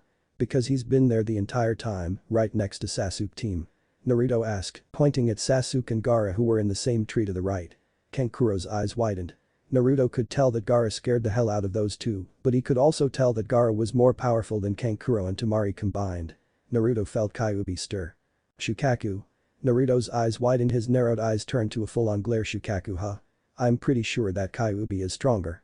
Naruto said, no shame in his words, and Gaara's eyes widened. Temari and Kankuro immediately jumped away from Naruto, but he didn't even look at them. I'm guessing that you three are here for the Chunin exams, right? Well, how about we settle this then? I'm looking forward to it, Gaara, don't disappoint me. Or I'll kill you. He didn't even realize that he had used Gaara's own line on himself. Sasuke, do you want to come with us to Ichiraku? He asked and Sasuke shrugged. Why not? He asked and he went with them. The next day. Naruto sprung off the couch in his boxers, running into the shower and getting out quickly. He was just about late, but that meant Ino was as well. Ino. He yelled and she came running out of her room fully dressed. What? She yelled, fear evident in her voice. He sighed in relief. Let's go. Naruto yelled and he picked her up, bridle, sunshining away. Naruto's chest was bare and he had his shirt in his hand, so the situation did not look good when they arrived in front of the academy, but Sasuke just snickered at them. Alright. We made it. He yelled and he put her down, ready to put on his shirt. As he put it on, the door to the academy opened and a Chunin Kunoichi came out. Oh, what's going on here? Public sexual actions are not tolerated. Ino flushed red and Naruto finished pulling it on, shooting a charming smile at the Chunin. The Chunin blushed and turned away. Naruto walked into the academy with a confused Ino and a bored Sasuke in tow. Ah. He heard and he turned to a large crowd with a boy in green spandex getting knocked down with a grunt. A chuckle was heard. You should just give up, we're doing you a favor, leave now. A Chunin said with a cold look. Naruto stepped forward, well aware that they were on the second floor. Really? I bet I could destroy you two with one hand.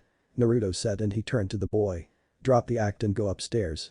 He said and the boy's eyes widened. As for you two. Naruto said and he turned toward the other two. Naruto sent the first one flying back through the door and into a desk with a gut-straight kick and the other one sprung into action. He punched at Naruto, but Naruto leaned his head to the right, avoiding it. He then spun and planted his elbow into the side of the guy's face before spinning the other way and sweeping his feet from under him. Naruto then turned toward the shocked faces of the other genin and just shook his head. If you are surprised by that, then none of you deserve to be Chunin. Sasuke, Ino. Let's go. Sasuke shrugged and followed after him. Ino just stood there for a moment, confused on why Naruto beat those guys. Would you have to beat them like that? She asked and he grinned. He clearly had some kind of plan. Intimidation. Was all he said and Ino got the idea. He basically did what the two Chunin were trying to do better. In a way, he actually helped them. Oh? Naruto asked and he turned around. Sasuke was already facing that way though. Ino frowned. On the balcony was the boy in green spandex. Any reason you are here? Naruto asked and the boy nodded, jumping down in front of them gracefully. I would like to fight Sasuke Uchiha. Sasuke frowned. Naruto snickered. I want to show him that hard work beats genius. Naruto nodded and Sasuke just shook his head. Well, save it for the finals of the Chunin exams, they are one-on-one matches after all, and I'm pretty confident in my team. Naruto said. The boy nodded. What's your name? Naruto asked and the boy struck a pose with his thumb up and his teeth sparkling. My name is Rock Lee. Naruto nodded and grinned, shaking the boy's hand. You are most youthful. My name is Naruto Uzumaki, and I expect good things from you, Lee. See you in the finals. Naruto said and Lee nodded. Lee? Lee turned toward a girl with brown buns in her hair and a Hyuga with a cocky look on his face. Naruto didn't like the guy from the moment he saw him. Naruto and the Hyuga locked eyes. Niji, calm down. The girl said and she placed a hand on his shoulder. Don't touch me, Tenten. He said and he pulled away, walking toward the exit. I don't like being touched by failures. He said coldly and Naruto's glare instantly hardened tenfold. To see him treat his teammates like that was infuriating. They all left and Naruto walked after them with his team in tow. Naruto arrived to the room and grinned. It was all 9 graduates. Yo. He said and he held up his hand. Sasuke. Sakura yelled and she rushed past him. Naruto shrugged and he smirked at the sight of Kiba who smirked back. Hey dog boy, glad to see you haven't been kicked off the team yet. Naruto said with a forming grin and Kiba shook his head. I'm surprised you have a team at all. He grinned at Naruto who faltered slightly, but Naruto grinned back after. Troublesome. Naruto shook his head. The pineapple-haired genius was behind him. Shikamaru. Ino yelled and Naruto smiled. He turned to them and Shikamaru was forced into a hug from Ino. She then turned and hugged Choji who had just arrived as well. Choji choked on his food and Naruto began laughing. Hello, and Naruto. He turned to Hinata and smiled at her. Hey Hinata, how have you been? Hinata looked at her teammates and smiled. It's been good. She said and he nodded. Shino, you look the exact same if not quieter. Naruto said and he just received a shrug.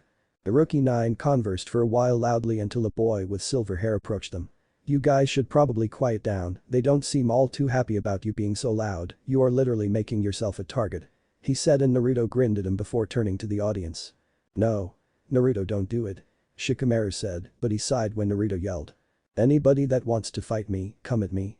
I will beat every single last one of you into the ground until you can't get up anymore. Naruto yelled and he laughed after, but he was interrupted when 3 figures jumped up. 3 sound genin rushed at him and he took note of the fact that they were already clearly Chunin level. Naruto's enhanced hearing could pick up a sound coming from a gauntlet on one's arm and he smirked. Not falling for that one. Naruto said calmly and the guy went to punch him, but before he could swing he was sent flying into the wall on the opposite side of the room by a kick to the gut from Naruto. He groaned in pain and Naruto leaned to the side, avoiding a volley of senbon before spinning and connecting a roundhouse to a girl's side, sending her rolling across the ground. He felt a hat on his back and he frowned. It's over. Supersonic splicing. Naruto turned and interrupted the attack, punching him in the bottom of his elbow. A resounding crack was heard and the boy screamed in pain, clutching his arm, but Naruto punched him in the face, sending him rolling back as well. Jeez. Naruto said and he stuffed his hands in his pockets. What do you mean jeez dope? You literally told them to attack you. Sasuke spoke up and Naruto shrugged. Whatever, the proctor is here anyway. Naruto said and there was an explosion of smoke in the front of the floor.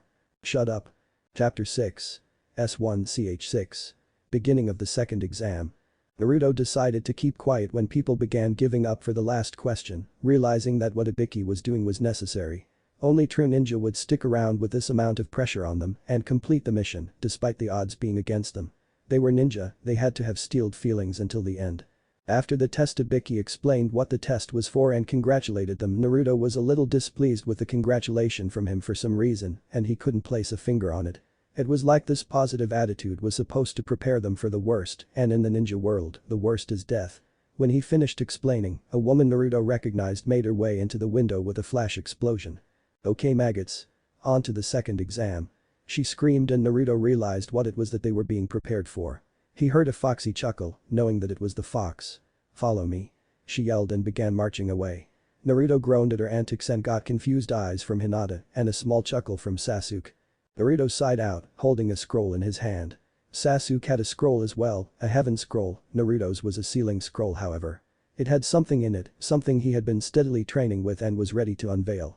He and Ino had even removed their weights, as did Sasuke who had managed to catch up with their training before the exams. Sasuke had left it to Naruto to come up with a plan, but what he didn't know is that Naruto wasn't planning to hold back against the other genin, he was out to take lives.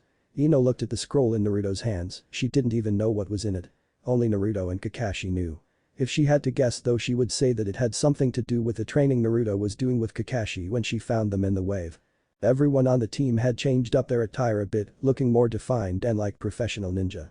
Sasuke's look changed the most, from his blue high-collared tee with the Uchiha insignia on the back with white shorts and blue sandals, to a black ninja shirt with the Uchiha insignia on his right sleeve and dark gray ninja pants with black sandals. Naruto had changed his look too, being a deep blue long-sleeve ninja shirt with a light gray tee over it and black ninja pants with the Konoha swirl on the knee. His pants were tucked into a pair of deep blue ninja sandals, and his headband was around his right bicep similar to Shikamaru. His ninja pouch was pretty full, but nobody knew what was inside. It was like he had a bag of tricks.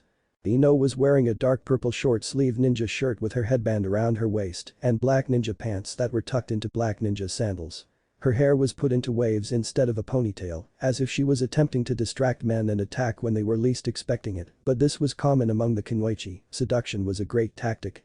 Her attitude seemed to be a bit different as well, having her eyes a bit harder and her posture a bit more aggressive, as if she was actually prepared to take a life. One thing that stood out to both Sasuke and Ino though was Naruto's attitude. He had been a bit more positive since they had returned from the wave, and he was getting along with Ino and Sasuke again, but it seemed like his mind was always elsewhere, like he had more important things to do than hang out with them. They still hung out, and it wasn't like Naruto was trying to avoid them, but it seemed like he was less emotional nowadays. Sasuke had opened up a bit more, but he always kept his composure when dealing with ninja stuff. He had a conversation with Naruto about what happened to his clan that night and what his brother told him, and to his surprise Naruto seemed to support his brother a bit, like Itachi did the right thing. He explained that Itachi was a known Anbu, and if it exterminated his clan, it was for a reason. As a matter of fact, he had even spared Sasuke with a blank face, telling Sasuke to become stronger. So Sasuke seemed to always be deep in thought as well when it didn't have anything to do with missions or fighting. When Anko gave the signal and the gate opened, all three of them were already blasting deep into the forest and following Naruto's plan. Flashback. Naruto, you are responsible for coming up with a plan this time. I have noticed that you have been observing literally everyone around us, especially that Sand Ninja squad. Sasuke said and Ino frowned. Naruto had been overseeing the other teams. That wasn't like him, he would usually just charge in without thinking about it. Was this same Baka she had come to love? I have been trying to come up with a good strategy, and it involves that grass ninja that has been staring at us for the longest time. I think he is staring at you, Sasuke. I get a bad feeling from him. Sasuke nodded, knowing exactly what he was talking about. He had felt like he was being watched for the longest time. Here's the plan. Naruto started. She said that everyone has a scroll, right? So there are 37 teams, which means 37 scrolls. I want to collect them, as well as information about every team that makes it, including the genin from our village. Naruto said, and he took a deep breath before continuing. He was happy that Ino and Sasuke were actually paying attention to him. I am going to create a mass of clones. As I am now, I can create 2,500 clones without completely exhausting myself. I am going to create as many clones as there are participants, and I am going to disguise them as you guys as well as me, so in a way it will be like there are 37 of each of us. Sasuke nodded. I assume you are going to send them out and have them collect info as well as engage if they can handle it. Naruto nodded. That's part of it. He said, and he pulled up a stick from the ground, drawing on the ground a big circle symbolizing the training field. Here. He said, pointing to the edge. This is where we are. He said, and Ino nodded hastily. Sasuke knew this already, so he just listened. I am going to send out 36 Team 7s and have them collect as many scrolls as possible, cutting out whoever can't fight back. I am positive that all of the teams from the Leaf will make it, as well as the Sand team and the Grass team. Naruto said.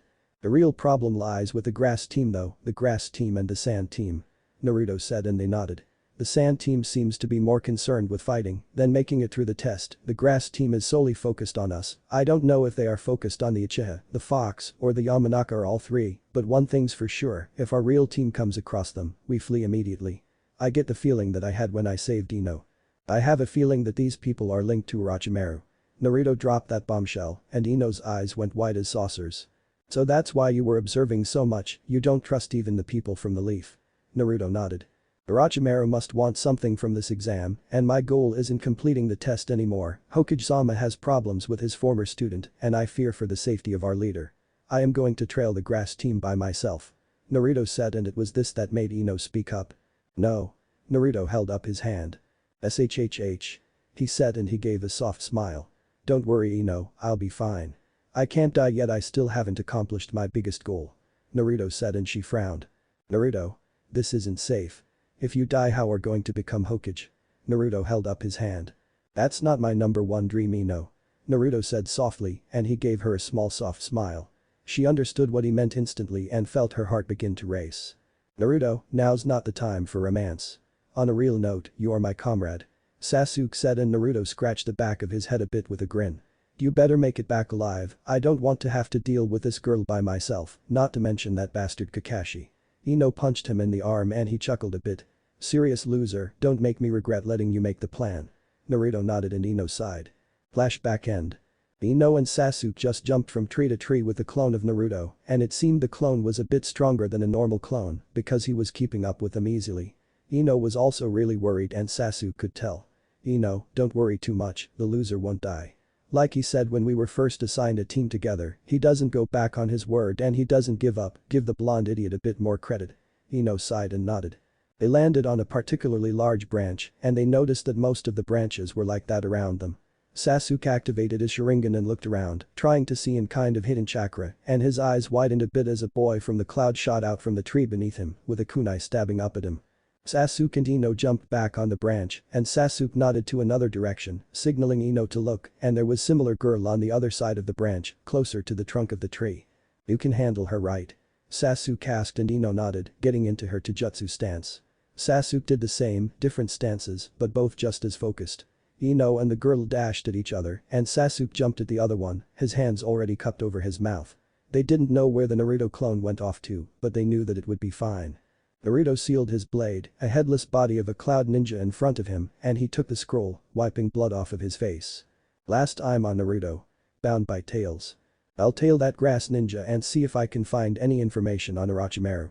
Give that blonde idiot a bit more credit," Sasuke said and Ino frowned but nodded. Naruto's clone cleaned blood off of his sword, taking the scroll from a headless cloud ninja body and resealing his sword.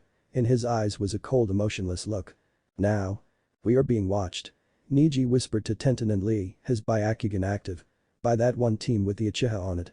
Lee stood quickly. "No, Lee," Neji yelled, but it was too late. "Sasuke Uchiha. Step out and fight me," Lee said, and Sasuke did as he was told, getting into an unfamiliar stance, being Naruto's normal stance.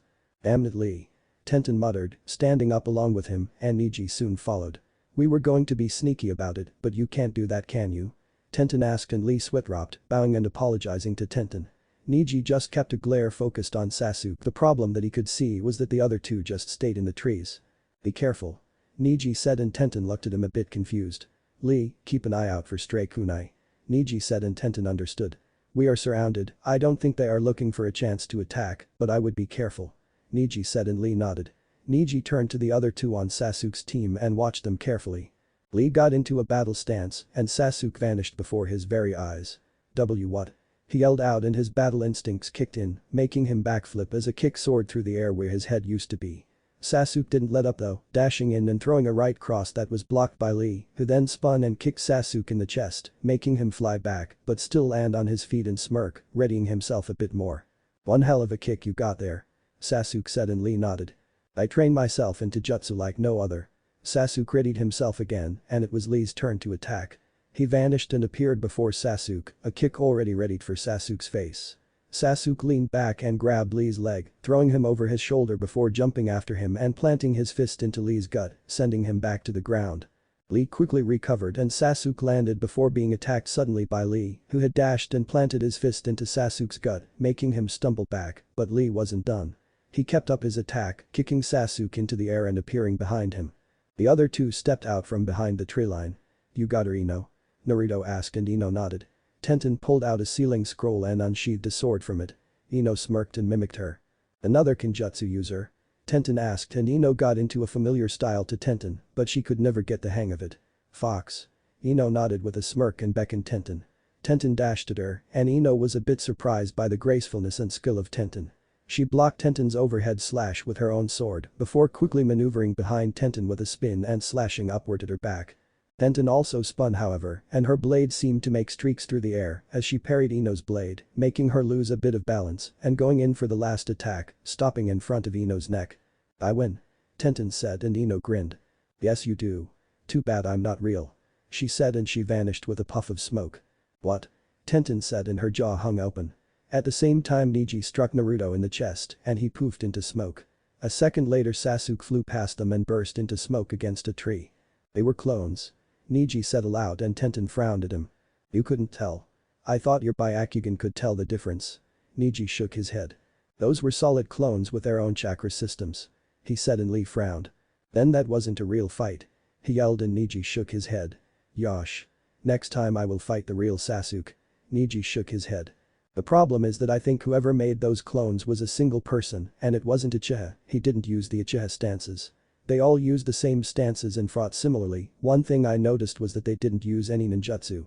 Uchiha would have used a fire jutsu and that Yamanaka would have used some kind of mind jutsu. It was like they were getting a feel for us. So what you're saying is that their real goal was to get a feel for our abilities. Neji nodded, he was glad he had taken care of his quickly, but they had a feel for Lee and Tenten's abilities. Whatever, makes no difference, let's go. Neji said and they nodded, jumping away. What the hell? Shikamaru said aloud, he was currently being greeted with the sight of Naruto, so you chose this strategy, huh? Naruto nodded and Shikamaru sighed. Troublesome. He said, drawing a kunai, and he smirked, cutting a rope next to him. From the ground came a massive torrent of kunai and shuriken, making the clone burst. He heard Kiba grunt and another clone burst with a fang over fang. Soon after he heard Sakura yell out with a power punch that burst another clone. This is like a game of chess for him. Shikamaru muttered and closed his eyes. Let's get going. Shikamaru said and Kiba frowned but nodded. Sakura sighed and readjusted her glove before nodding and jumping away with them. Hinata. Was all Shino said and she nodded, activating her Byakugan before blushing and Shino sighed. Naruto. He said and Naruto landed in front of them. Not Naruto, a clone. He said and Naruto nodded, getting into a battle stance, and Choji stood up. This is Naruto, guys. He said and he attempted to grab Naruto with an enlarged hand, but Naruto vanished and planted his elbow into Choji's gut. Not impressed. Naruto said and he turned to the other two. He beckoned Hinata. Hinata frowned and took her stance and rushing at him. He easily avoided her blows, already able to tell that Neji was definitely much faster. Come on Hinata, you can do better than this. Naruto said, pushing her back and she furrowed her brow, reactivating her Byakugan. That's more like it. Naruto said, and after a small trade of blows he got poofed. Hinata sighed and a small blush came to her face. I dealt with the other two. Shino said and she nodded, deactivating her Byakugan. Choji, let's go. Shino said and the trio left toward the tower. Naruto ducked in the shadows, a fox mask on. It wasn't an authentic Anbu mask, but it was the one he got when he was younger. He finally found a use for it besides scaring away kids. Naruto listened into the conversation of the three grass ninja. Yes, Lord Orochimaru. Naruto's eyes widened as that name pierced his ear. That voice, Naruto thought, and he got a flashback to that masked ninja from the Yamanaka massacre. He felt his rage build, but he was a ninja, he couldn't let it consume him. He was training for this exact thing. Naruto unsheathed his sword, he knew he couldn't fight Orochimaru by himself, and that other guy was capable of exterminating the entire Yamanaka clan, which even a Hokage would have problems doing. I need to think of a plan. There is no way I haven't been spotted by them if that bastard Kakashi can spot me with little effort. There must be a way to alert the Hokage Kakashi has those dogs, and that would be really helpful at the moment. If only I had a contract. Naruto thought and he remembered the lecture Kakashi gave about the summoning jutsu and what happens when you use it without a contract, you get the animal of which you have the most connection to. Naruto shook his head, the cloud of smoke would alert them before he could even start talking. Orochimaru wouldn't hesitate to rip his head off. He thought about any creative ways to use his chakra. They know I'm here but are continuing the conversation anyway, there has to be a way. What about what mom did? She made a projection using only her chakra, granted there was a seal to store it in but still. Maybe I can make some clones and disperse them, making my best effort to get away. Naruto growled aloud and tried to find a way. I don't think I can get away without engaging. Naruto thought and he stepped out from behind the shadowy tree. Facing him was the guy that worked for Orochimaru, but not Orochimaru himself. So you are the one that did it? Naruto said. You are the one that killed Ino's family, the Yamanaka? Naruto asked and he began to chuckle, leaving himself open with his arms out, as if taunting Naruto to attack. That would be me, though Lord Orochimaru orchestrated the entire thing from the shadows. He said, reaching up and pulling off his blank white oval mask. Come on Naruto. You don't recognize me? He asked and Naruto's eyes widened. Inoichi? Yamanaka? He asked and he began to chuckle darkly, his neck started to glow and his body was covered in black chain-like marks. This isn't good. Naruto said and he readied himself with his hand on the hilt of his sword. He was ready to take this man's life if he had to. He received memory of all of the teams and those that he executed, telling him they had 15 scrolls. Okay, Naruto muttered and he crouched low. Naruto asked. Battle. Insert baddest battle animation. Naruto dashed off his back-footed Inoichi with the intention to take his life in one fell swoop. He cut at his neck in an attempt to behead him, but Inoichi pulled out a kunai and blocked the slash, kicking Naruto 3 times in the gut, sending him back, coughing up blood. "Gah!" Naruto yelled and Inoichi laughed loudly. He dashed after Naruto, who stood up and jumped into the trees, onto a larger branch. Naruto ducked under a kick from the older man before kicking him in the chest hard enough to make him be lifted off the ground and skid back on his feet. Naruto then turned and dashed off, his sword in his hand, but his hands behind his back in the ninja run. He was forced to stop, however, as Inoichi appeared in front of him and punched him in the face with a crack, sending him flying back into a spinning motion. Naruto landed on his feet and slid back. Naruto readied himself and he sliced at a kunai that soared toward him, managing to parry it, throwing it to the side, but Inoichi was already in front of him, a hand planted in Naruto's gut, lifting him into the air, and Naruto coughed up blood, his pupils dilating. He gasped out in pain as Inoichi grabbed his leg and spun, slamming him into the trunk of the tree. He then spun again and threw Naruto off the tall tree, allowing him to freefall in the air, toward the ground. Naruto hit the ground pretty hard and was sprawled on the grass, but Inoichi didn't let up. Naruto's body bent irregularly around his foot as he dropped onto Naruto's gut. He then grabbed Naruto by the neck and lifted him slowly off the ground. Naruto grunted as a kunai impaled him in the gut and twisted. "You little demon brat." Naruto growled and punched him in the face, his eyes now dyed a deep red hue. "Thanks Kyuubi." Naruto muttered and he wiped his chin. He picked up his sword which was on the ground next to them. Naruto began to pulsate red chakra and he vanished from the view of the older ninja. "What?" Inoichi yelled and his eyes widened as his view began to move, eventually he could only see from the floor and he couldn't feel his body. Naruto sheathed his sword after waving the blade to the side, flicking the blood onto the grass. He then looked over his shoulder and a single red eye with a black slit in the middle peered through the darkness. Inoichi realized that he had been severed in half and began to scream in pain. Naruto raised his sword and stabbed him in between the eyes, through his brain, ending his life. "What the hell?" Naruto asked aloud as the body of Inoichi morphed into a real grass ninja. "I need to get to Ino and Sasuke." Naruto yelled and he vanished in a shunshin. "Ah!" A scream of pain was heard as Naruto stabbed another genin through the chest and he turned around to see his 2 shocked teammates. Naruto vanished and they could see a trail of light where his eyes were. Screams were heard as Naruto killed them and took their scroll. Naruto then jumped up into the trees. He heard a scream with his enhanced hearing and his eyes widened. He disappeared with his speed and was going from tree to tree much faster than before. Naruto made it to a clearing and he landed in front of Ino, who had a kunai in her arm and she stood in front of a downed Sasuke with strange purple chakra coming from every pore of his body. "Ino? What happened here?" Naruto asked in a deep voice that promised pain to 3 sound ninja. "And Naruto, that grass ninja. He attacked us. He bit Sasuke and now these guys want to fight him. But he won't wake up." Naruto nodded and he stood up straight, reaching up and unsheathing his sword from his sheath on his back, the black metal shining brightly in the moonlight. Dosu could see his reflection in the metal. "Zaku?" was all he said and said. Sound ninja nodded, giving a cocky smirk and reaching toward Naruto. "Sonic splicing wave." He yelled and he unleashed a torrent of wind at the trio. Naruto channeled chakra into his blade and it began to glow red. He cut the wave of wind in half and with the explosion he created, he dashed towards Zaku, placing his hand on Zaku's stomach. "What?" he yelled out in confusion and Naruto whispered a jutsu. "Air palm." Naruto whispered and Zaku's screams were drowned out by the snapping of bones and flesh exploding. His entire torso was completely destroyed and blood dripped from the leaves and petals of trees.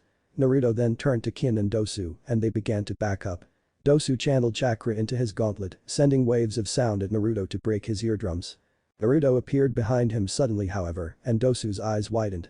Ino was in front of Dosu and she saw the air get slashed down the middle of Dosu. Her eyes filled with tears as she watched his body peel in half from the top of his head to his groin. His eyes rolled back and his innards ran free. She wanted to scream and stop Naruto, but she wasn't sure if she could get any sound out or even if she did, would he even listen. Naruto slowly walked toward Kin, who back up with tears of her own falling. Please don't." Naruto stopped for a moment and he raised his sword. Ino reached out to Naruto, but all she could do was watch as Naruto beheaded Kin and he swiped his sword to the side, throwing the blood off before sheathing it. "Let's go to the tower, we need to get Sasuke treated," Naruto said and all Ino could do was nod. "Good job Team 7. Iruka yelled, bursting from the scrolls. "Huh?" he asked as he absorbed the team. Sasuke was out cold, Ino seemed to be frozen in fear, and Naruto, who was completely calm, was covered in blood. Iruka explained everything to them and they were quiet besides Naruto making small talk with Iruka. Naruto made his way through the hall of the building, he needed a shower. He walked past Niji's team and they all stared at him with shock written on their faces. He was covered in blood and didn't seem to be bothered too much. "Why are you staring at me?" Naruto asked, looking over at Niji, giving a cold blank stare that shook him to the core. Niji gulped and before he knew it he stepped back, sweat pouring down his face. The cold emotionless look that Naruto was giving him was shaking him hard. "Niji?" He heard Tenten say and he shook his head, regaining power over his body, and he glared at Naruto, or what would have been Naruto, but he was gone. Niji sighed and realized that he had unconsciously activated his Byakugan, maybe that's why Naruto stopped, maybe he was expecting an attack. "Calm down, Niji." He heard and he turned to his sensei which had just arrived. "He's an ally. Though I get younger Kakashi vibes," Guy said. "And that's never a good thing, or maybe it is. Depends on what you consider a real ninja." "I can answer that for you." An elderly voice spoke up and a man with an X-scar on his chin with half of his face covered stepped out of the shadows. "A ninja is an emotionless killer that will put their life on the line for the sake of the village, and they will follow any and all orders from the leader, be it Tatsuchi, Rai, Ho, Mizu, and Kazukiage," the man said and Guy scared. "That's your opinion. I believe a ninja is someone who protects those that they care about, someone who will die for their friends and has the motivation to continue on. Ninja is a skill set, not a mindset," Guy said and the man shook his head with an old chuckle. "You are an example of why our village is dying," the man said coldly and he faded away as if he was never there in the first place. "Who was that guy, sensei?" Lee asked and Guy shook his head. "That was Danzo Shimura, a dear friend of the Hokage," Guy said and Lee nodded. He didn't understand what his sensei and the older man were talking about, but he knew it had something to do with Guy's ninja way. Ino hugged her knees to her chest, a sad faraway look in her eyes. It wasn't like she was scared of blood or death, she was actually just scared of the look in Naruto's eyes. Ino sighed and mentally compared the two Naruto personalities. One's a lovable emotional idiot who would do anything for me no matter what she said, thinking about when she first moved in with Naruto.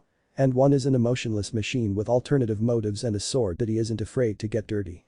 Ino said and she began to weep silently. "The ideal ninja," she said and she laid down, getting some rest. She had a long day the next day, they were going to receive their opponents for the finals. Heiei coughed and declared that there was a bucket and everyone would take a number. After all of the candidates took one he declared the fights. Starting round. Naruto Uzumaki vs Rock Lee. Sasuke Uchiha vs Niji Hyuga. Himari of the Sand vs Shikamaru Nara. Gaara of the Sand vs Tenten. Ino Yamanaka vs Sakura Haruno. Hinata Hyuga vs Kiba Inuzuka. Shino Aburam vs Choji Akimichi. Kabuto Yakushi vs Kankuro of the Sand. Advancing. Winner of number 1 vs. Winner of number 2. Winner of number 3 vs. Winner of number 4. Winner of number 5 vs. Winner of number 6. Winner of number 7 vs. Winner of number 8. Semifinals. Winner of a half vs. Winner of 3/4. Winner of 5/6 vs. Winner of 7/8. Finals. The final two will fight in the final round. Remember, there will be a 15-minute break in between the rounds and this will take place in a month from now. Make the most of it and come back the strongest you can. Congratulations on making it this far, but this is only the beginning. Everyone absorbed the information that they had just heard and looked at each other. Naruto stared blankly at Lee who grinned back and held up a thumb. Ino and Sakura exchanged a smirk, but then Ino felt sadness crawl up her spine. Hinata looked at Kiba nervously and he grinned back. Tenten stared down Gaara, but he just walked away. Temari sneered at Shikamaru who sighed and stretched a bit. Kankuro and Kankuro exchanged grins. Choji stared at Shino who looked back at him, analyzing him. Sasuke and Niji looked at each other and Niji's glare was intense. Sasuke was the one who broke the silence surprisingly. "Can we trade Naruto?" he asked and Naruto surprisingly broke his cold demeanor, surprising even Ino who smiled at him returning to normal. Naruto began laughing and Sasuke deadpanned. "You know we can't do that, Sasuke, besides, I feel like if I fight Niji." Naruto's cold look returned. "I'll end his life," Naruto said and everyone besides the Sand Ninja and Kabuto shivered, including Shino. "Now, who's hungry?" Naruto yelled with a large grin, holding up some instant ramen. Ino began to giggle and Naruto gave a confused look. He then began to laugh however and Sasuke sighed in annoyance. "Loser," was all he said as he took a bowl. Chapter 8. S1ch8. First rounds. Last time on Naruto. Bound by Tails. Naruto stared blankly at Lee who grinned back and held up a thumb. Ino and Sakura exchanged a smirk, but then Ino felt sadness crawl up her spine. Hinata looked at Kiba nervously and he grinned back. Tenten stared down Gaara, but he just walked away. Temari sneered at Shikamaru who sighed and stretched a bit. Kankuro and Kankuro exchanged grins. Choji stared at Shino who looked back at him, analyzing him. Sasuke and Neji looked at each other and Neji's glare was intense. Now? You can't train me? Naruto asked Kakashi who shook his head. Why not? I thought we were still going over the requirements for Anbu. Naruto whispered the last part and Kakashi sighed before answering. You know it yourself why Naruto, you know who is trying to infiltrate the village. He placed this thing on Sasuke and I need to train him to use it so it doesn't consume him. Naruto sighed and nodded. However, I have another person to train you, an elite Jounin actually. You might have some past problems with him though due to contact with Konohamaru. Naruto immediately knew who he was talking about. Ibisu? Naruto said and Kakashi nodded. He was selected to train the grandson of the Hokage, right? That little brat, Naruto muttered. I'll accept the help, I need as much training as possible and I don't want to train with Ino because she is in the finals too. Naruto said and he rubbed the back of his head. He already knew Ibisu was in the room listening. Let's get to training. Naruto said and he looked at Ibisu who readjusted his glasses. Lee. Again. Guy yelled and Lee saluted. His body ached and he was in a lot of pain, but he knew it was necessary. Fifth gate. Lee yelled and he pulsed with energy. Open. He yelled and he opened the gate. Again. Guy said and Lee nodded, repeating this. Also Lee, I need to talk to you about your fight. Guy said and Lee nodded. That kid, Naruto, was it? He is a problem, a big one. Guy said. I'll beat him, Guy sensei. Lee yelled and Guy stared at him for a moment. Good, then Lee. Repeat. Guy yelled and Lee roared. Is this really necessary, Neji? Tenten asked Neji who nodded. She waved her arm and massive torrents of flames came from a bunch of machines. Neji then began to spin. Rotation. He yelled and he spun for a while, cancelling the flames. He was exhausted when the sphere died down though. Again. He yelled. The Uchiha were skilled with fire jutsu, so he had to get good at stopping them. Ino repeatedly beat at a training dummy with a fierce look in her eyes. Despite the fierce look and the repeated powerful punches, she was lost in thought. What is up with him?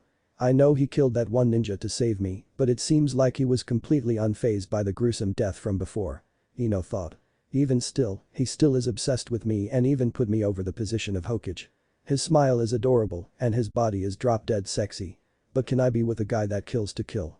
It was unnecessary to kill those 3 sound ninja and in such a gruesome way too.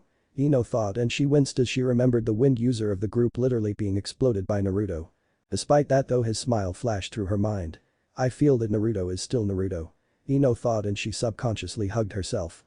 Please don't leave me, Naruto. Is this really all you got, Kiba, Sakura? Kiba's mother asked as she knocked both of them back with a simple backhand. Well, no matter. By the end of this you will be untouchable. She yelled. She rushed both of them and Sakura yelled out in pain and fear. Hinata, Hiashi whispered as he watched Hinata push herself more and more until her hands bled. He stepped into the clearing. Hinata, my daughter. I will be helping you train for the time being, don't disappoint me. Hiashi said and she bowed to him. You are to be fighting at your best when the tournament comes around. Hiashi thought about the Inuzuka and how to counter them. You need a way to counter the Inuzuka. Hiashi said and she nodded. Here's how. Todori. Sasuke yelled, piercing a rock with his hand. Good, again. Kakashi said and Sasuke nodded, reactivating the jutsu. Hekaki, this should be fun. Orochimaru said while reviewing all his intel about the fighters. He was already in the Kazukija's body. I wonder what Sasuke-kun is up to. He said and the silver-haired familiar boy began to chuckle. Probably training with Kakashi. Kabuto said and Orochimaru began to laugh as well. Has the alliance been confirmed? Kabuto asked and Orochimaru nodded. 1 month time skip. Let the first match of the annual Chunin exams begin. Genma yelled and he chopped down in the air. Naruto Uzumaki. Lee said and Naruto grinned at him.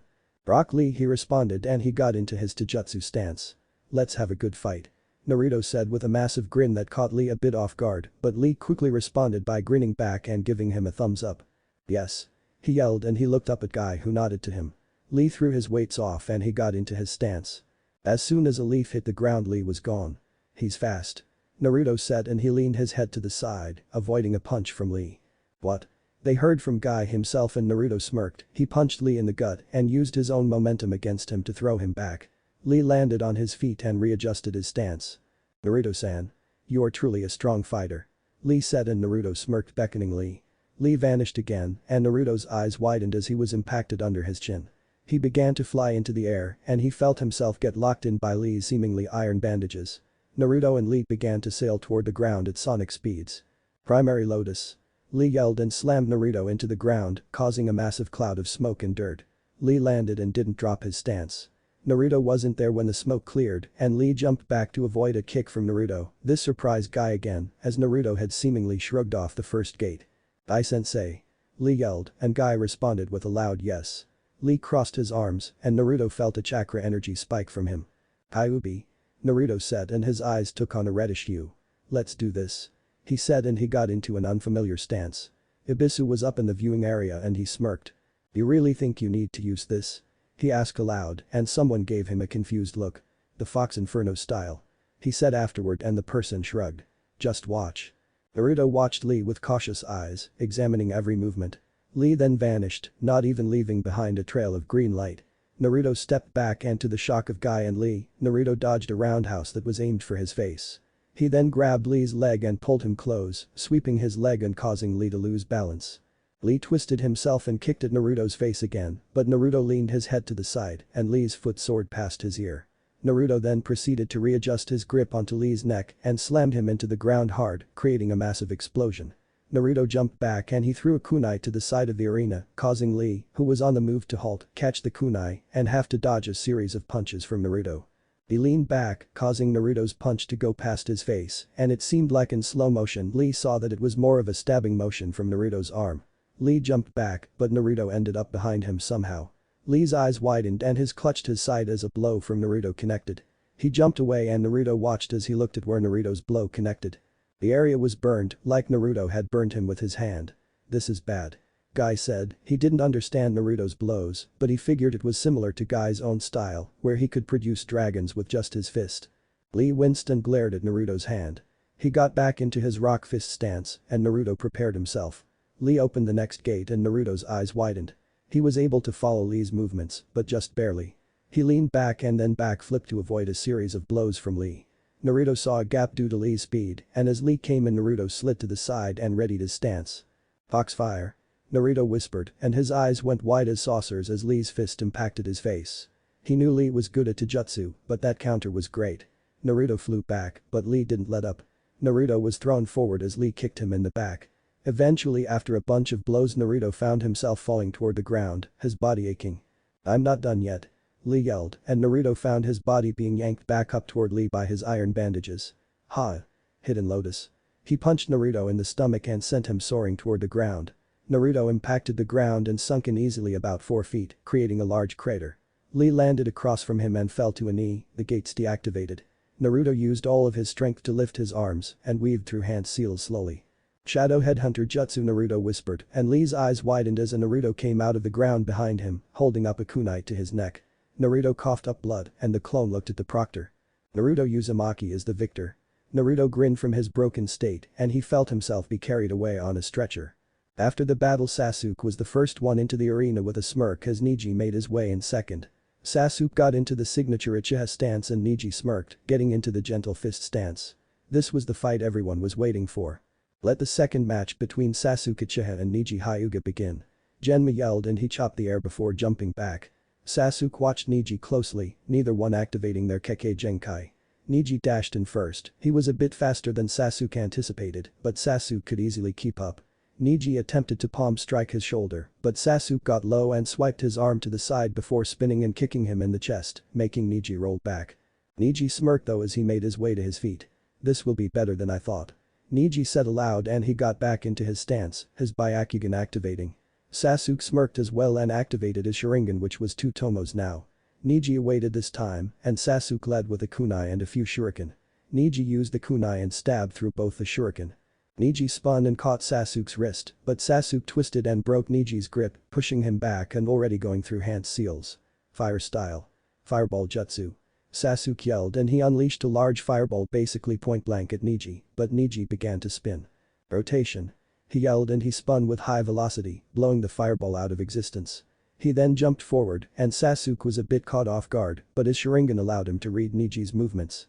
He slipped to the right quickly to avoid a chakra strike from Neji, and he planted his shin into Neji's gut, making his eyes widen. Neji stumbled back and Sasuke continued his assault, shocking Neji, literally. Sasuke was channeling lightning chakra through his blows, not quite a Chidori, but it was electrocuting Neji and increasing his speed and power. Not to mention that every single one of his blows was well timed and aimed to disable and put Neji down. Neji took a heavy right hook to the face and he responded quickly, parrying Sasuke's follow-up punch and then striking in 3 chakra points on his torso. "I win," Neji said and he went to follow up. "Lee theme, beautiful green beast." Sasuke vanished. "What?" Neji felt himself fly into the air from a heavy uppercut. Sasuke followed up by appearing above him and Neji attempted a rotation, but Sasuke caught his arm. "No." He yelled and Sasuke punched him in the gut hard, making Neji bend around Sasuke's fist. Sasuke had opened the first gate and Guy could tell, so could Lee. Lee watched with shocked eyes as Sasuke then pulled Neji up and threw him to the ground, but Sasuke was already below him. Sasuke spun and planted his heel into Neji's face, sending him into the ground harder. Sasuke then flipped back and Neji slowly made his way to his feet. "You bastard," Neji said through heavy breaths.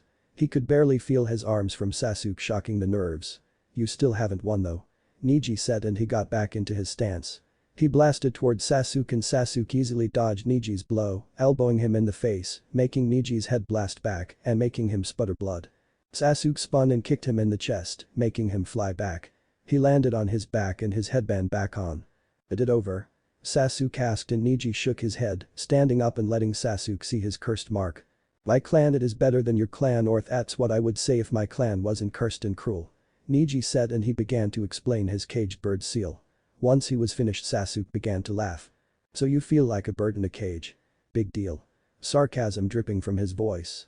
"My clan died. I have no family. At least you have people to love you. You think Hinata hates you? You think she wants to inflict pain on you?" Sasuke used his hand in a motion to get his point across, swiping the air. "She obviously cares about you. So does that girl with the buns in her hair. So get off your goddamn pedestal. You say your clan is better, but where has that gotten you? You are here at my feet." "The feet of an Uchiha," Sasuke said and he looked at Genma. "This fight is over, Proctor," Sasuke said and he began to walk away. "This isn't over," Neji yelled, already on Sasuke's back, ready to put him down with a deadly strike, but his eyes widened. Sasuke had turned and stabbed him through the shoulder with a hand covered in lightning. Neji collapsed and had to be carried away from the battlefield. Sasuke made his way back to the stands to watch. The next fight went as normal and Temari ended up winning due to Shikamaru surrendering. After that Tenten made her way into the arena with Gaara basically teleporting in with bloodlust in his eyes. He stood across from the girl and she watched him carefully. As soon as the fight began Tenten was on defense. She threw everything she had at Gaara to no avail and she got beaten by surrendering after he pushed her against a wall with his sand. He wanted to kill her, but he knew he couldn't. After that Ino was already in the arena before Genma could announce the names. Genma smirked as Sakura came from the stands and landed with an explosion of power. She stood across from Ino who smirked. Ino got into a new battle stance that Sakura had never seen before. Her fist was out in front of her with her wrist facing up and her other one was an open hand at her waist with her palm facing Sakura and her arm bent behind her at the elbow. Her legs were slightly bent and Sakura could see the muscles flexing on Ino's open stomach. She had obviously been training her ass off.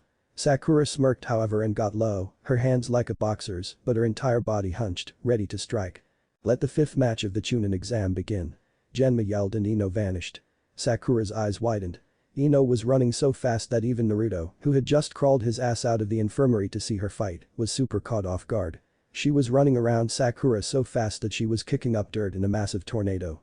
Sakura could keep up barely with her eyes due to the intense training from Kiba's mother, but she was also extremely caught off guard by Ino's speed. "That's my girl," Natsu whispered to himself as Ino sped up even more. Sakura's pupils dilated as Ino planted her fist into Sakura's gut and Sakura was slightly raised into the air just by the force of the blow. Ino felt her guilt crawl up her back from punching Sakura, but she knew this was part of being a ninja. She repeatedly punched Sakura and ended the blows with a roundhouse that sent Sakura flying back, but to their surprise, Sakura stood up and wiped her chin with a smirk. Sakura pulled on a pair of black gloves tightly and dashed at Ino, punching at her, but Ino dodged her punch. Sakura's punch even impacted the air however, sending shockwaves through it and she let up with another quick punch. Ino put her arms up, but Sakura's fist glowed blue and it soared past Ino's guard, hitting her in the stomach. Ino's eyes bulged out and she was thrown back with blood flying out of her mouth. She landed and Naruto clenched his fists. "Come on Ino," he said, and Hinata watched this with a sad look but a small smile. She then directed her look at Kiba however, who seemed to be solely focused on Sakura with a serious look in his eyes that she had never seen before on Kiba's face. He was usually carefree, but he seemed to be concerned for Sakura. Ino stood up slowly, holding her stomach and coughing heavily. Holy crap, Sakura. You got a lot stronger. Ino yelled and Sakura nodded. I had to, you are definitely much stronger as well though. Sakura and Ino grinned. Well, from here on out. Ino started and she pulled off the bandages on her arms, throwing weights off, and she pulled the ones on her legs off. We are going all out. She said, and she tossed them to the side, creating massive holes where she tossed them. Sakura was a little shocked at her weights. But prepared herself anyway. But from this point on, Sakura. Ino said. You aren't going to hit me again. Ino said, and she was gone. Naruto couldn't keep up with his own eyes. He could only see a blur of yellow and purple. Naruto smirked and Sasuke saw this. She took my advice, team. Sasuke nodded and he kept up with his Sharingan, but he was having trouble like Naruto. Sakura felt herself being impacted from all sides simultaneously. She yelled out in pain as time slowed down, and in front of her Ino twisted from her side, her back foot looking like she was squashing a bug, her whole body twisting, power flying from her back foot all the way to her fist as she shot it like a rocket into Sakura's face. Sakura was sent flying back and embedded into the wall, unconscious. Yeah. Naruto yelled and Kiba cursed aloud. After cleaning up, it was Kiba versus Hinata. They made their way down. When the fight began, Hinata activated her Byakugan and she avoided a flying elbow from Kiba easily, striking him 3 times in each of his arms. Akamaru came from her back, but she immediately began to spin, countering him. Rotation. She yelled and Naruto watched her with fascination. She was faster and more precise than Neji. He knew she wasn't that strong when he had fought her last time. You may have a problem dealing with her. Naruto said and Ino frowned. She watched closely. Hinata's arm sped up immediately after her rotation ended. Kiba's eyes widened as she palm struck him 32 times and struck Akamaru 7 times in the span of half a second. She then bowed and the fight was over. Kiba and Akamaru were carried out and Naruto was amazed by her speed. Hinata was fast. Next round. Choji Akimichi vs Shino Aburam. Genma yelled and the 2 participants made their ways down. Choi was a quick wipe out for Shino due to him only being physically powerful, so Shino just stripped him of his chakra. The Budo was nowhere to be found, so Kankuro automatically advanced. Genma announced a small break and everyone used this time to recuperate. Naruto and Sasuke stared at each other the entire time like they were in separate corners of the ring. Ino watched them watch each other, already knowing this fight was going to be intense. Oh boy. She muttered and Naruto shot her a grin. Sasuke just smirked. I've been waiting to fight you since we were assigned to the same team. Naruto said and Sasuke nodded. I wanted to fight you even before that. Sasuke said and Naruto chuckled. That suicidal team. He said and Sasuke grew a tick mark. You goddamn loser. Sasuke said and they began to butt heads. Naruto seemed to be recovered, but he still had bandages on his arms and some on his chest. Naruto missed the fight with Sasuke and Neji as well, so he couldn't have a feel for Sasuke's abilities, but Sasuke knew Naruto's speed and his taijutsu. He was probably already watching it with his Sharingan as well. Sasuke. Naruto said and he got the bird-haired boy's attention. I won't lose. Naruto said and he held out a fist. Sasuke looked at it for a second and he smirked, holding his out and bumping fists with Naruto. Well, I'm not gonna lose, so there might be a problem. He said and Naruto grinned. Naruto grabbed Sasuke's hand and pulled him closer, whispering into his ear, and Sasuke's eyes widened at whatever Naruto said, but he nodded with a serious look afterward. Let's do this, team. Naruto said and they both made their ways into the arena on opposite ends. So far the only thing that had been seen as far as ninjutsu goes is a fireball so far, so this match was exciting. Naruto got into his original stance and just watched Sasuke. Sasuke mimicked him with his own Uchiha stance and they readied themselves. What if Naruto and Ino get together early? And thanks for watching my video till the end. If you enjoy this content, then do consider subscribing to my channel and leave a like if you guys need the next part, comment down, and thanks for watching the video and see you guys in the next video.